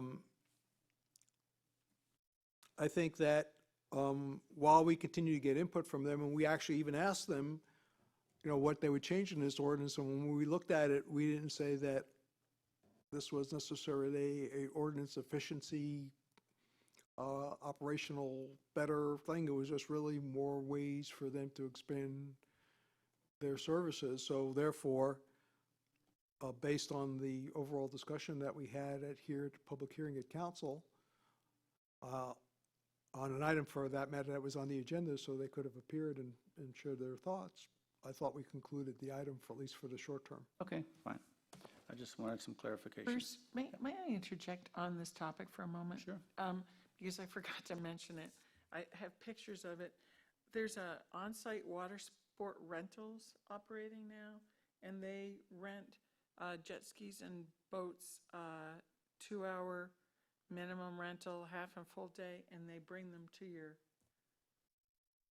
property. And I'm not sure if that's allowed by our code. I'm going to turn this over to you, because it infringes look at it. upon our established businesses on the island. So I just wanted to mention it in the same topic. Thank you. So, that parking lot on Mango Street, whatever happened with that in terms of getting resolved? And So they were required to bring that up to standards of private parking lots.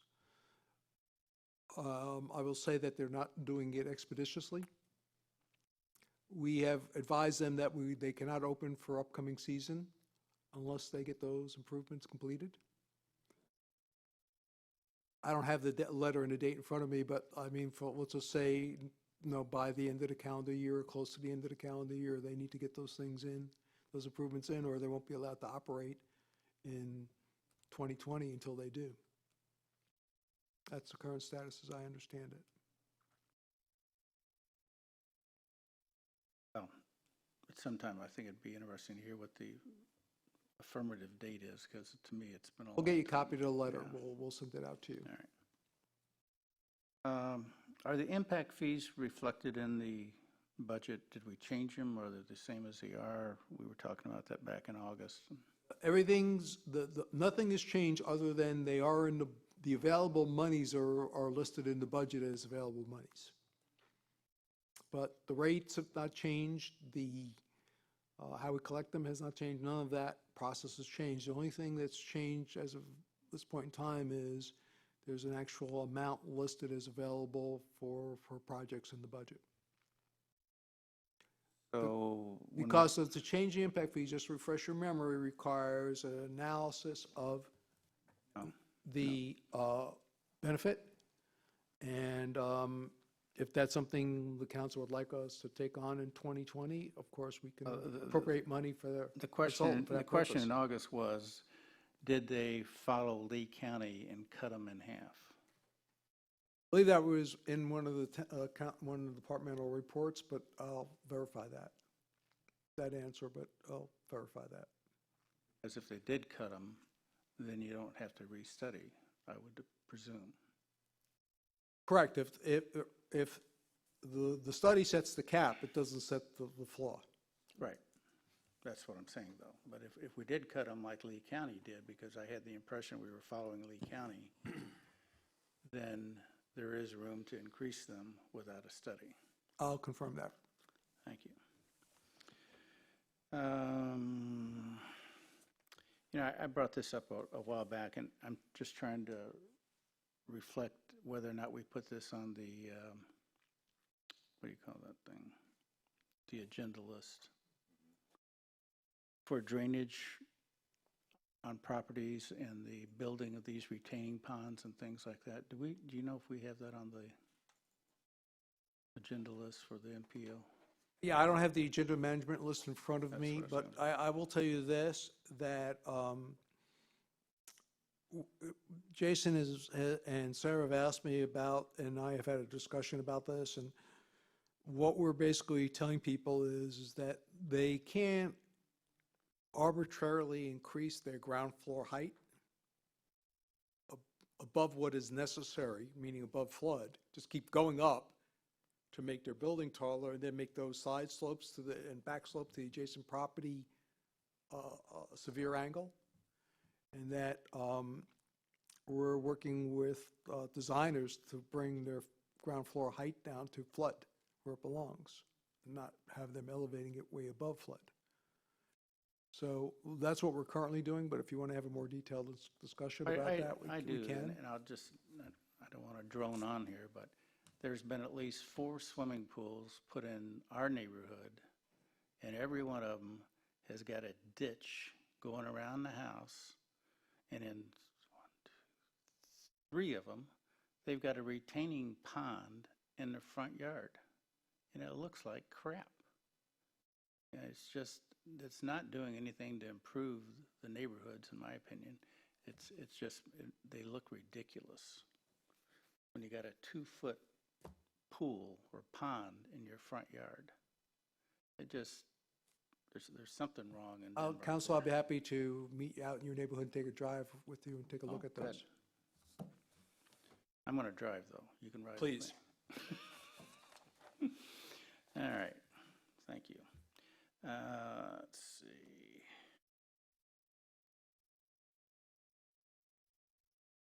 Just while you're looking at your list, do you mind if I go back to something? Please, please. There's been reference made to the fee schedule being on tonight's agenda, and since I'll be reviewing that again before the meeting, it would be helpful for me to know, is the red ink indicative of a change? Is that why it's in red? I see several places where things are in red on the fee schedule. Public Works review fee, $70 plus cost of sub-consultant service, for example. And then on the next page, street performers, applications, and things are in red.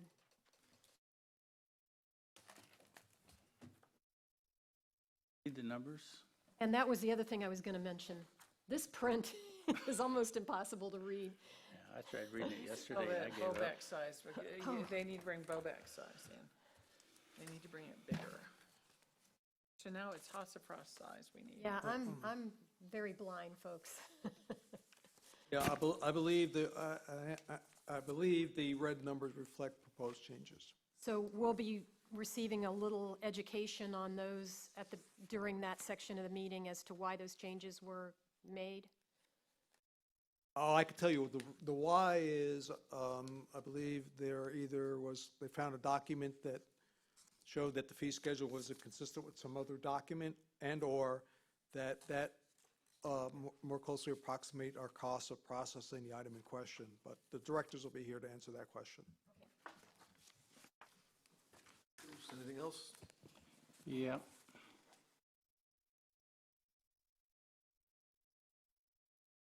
Tomorrow, just to remind everyone, I've got John Talmadge from Lee County Economic Development is going to be in town, and Jackie and I are going to give him a tour of the island and swing into Bay Oaks and other town properties and have some discussion, as well as just showing the island from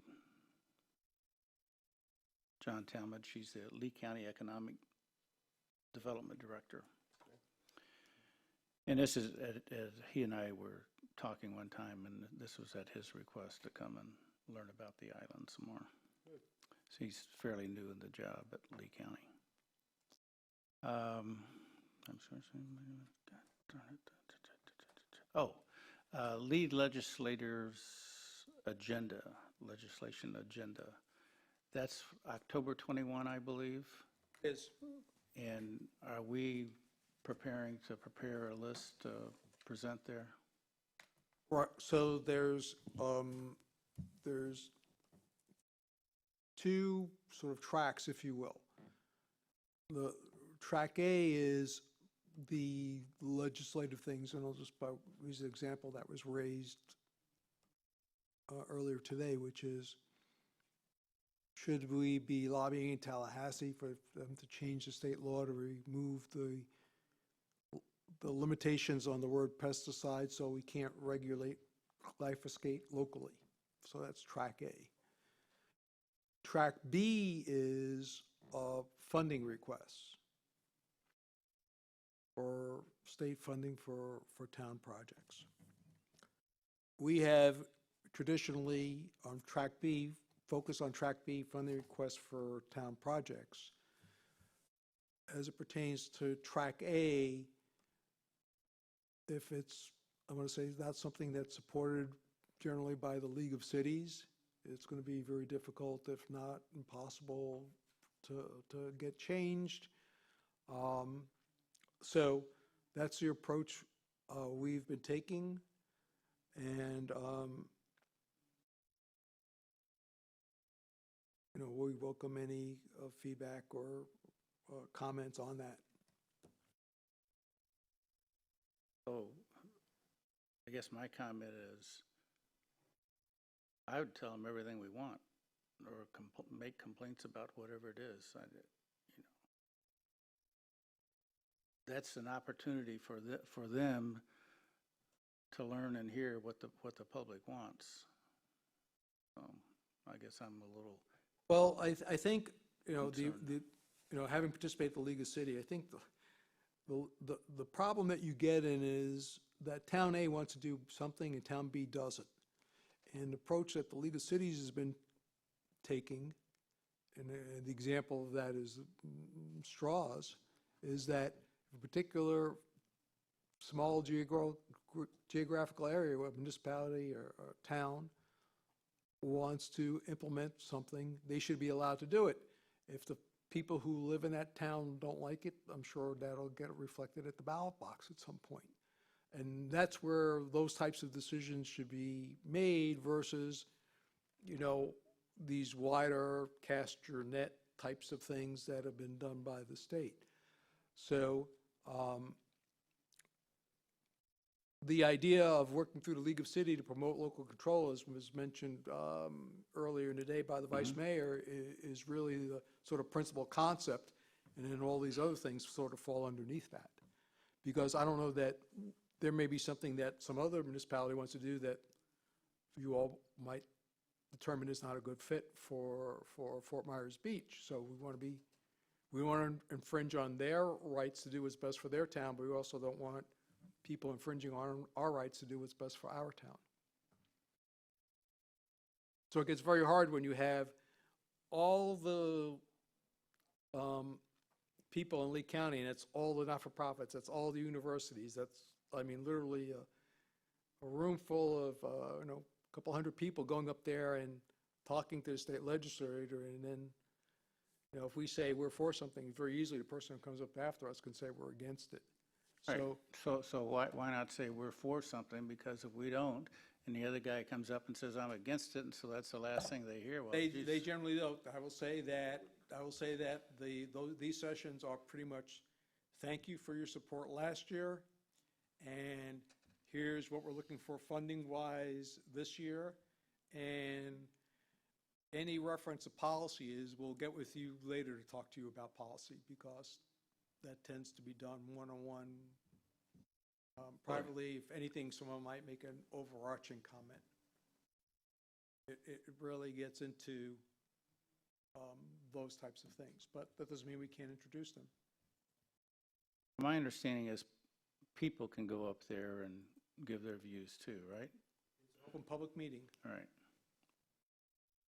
Especially if you don't have anything to say, I'm going to go up there and talk, and I won't go as talk as the town, but I'll go speak for myself.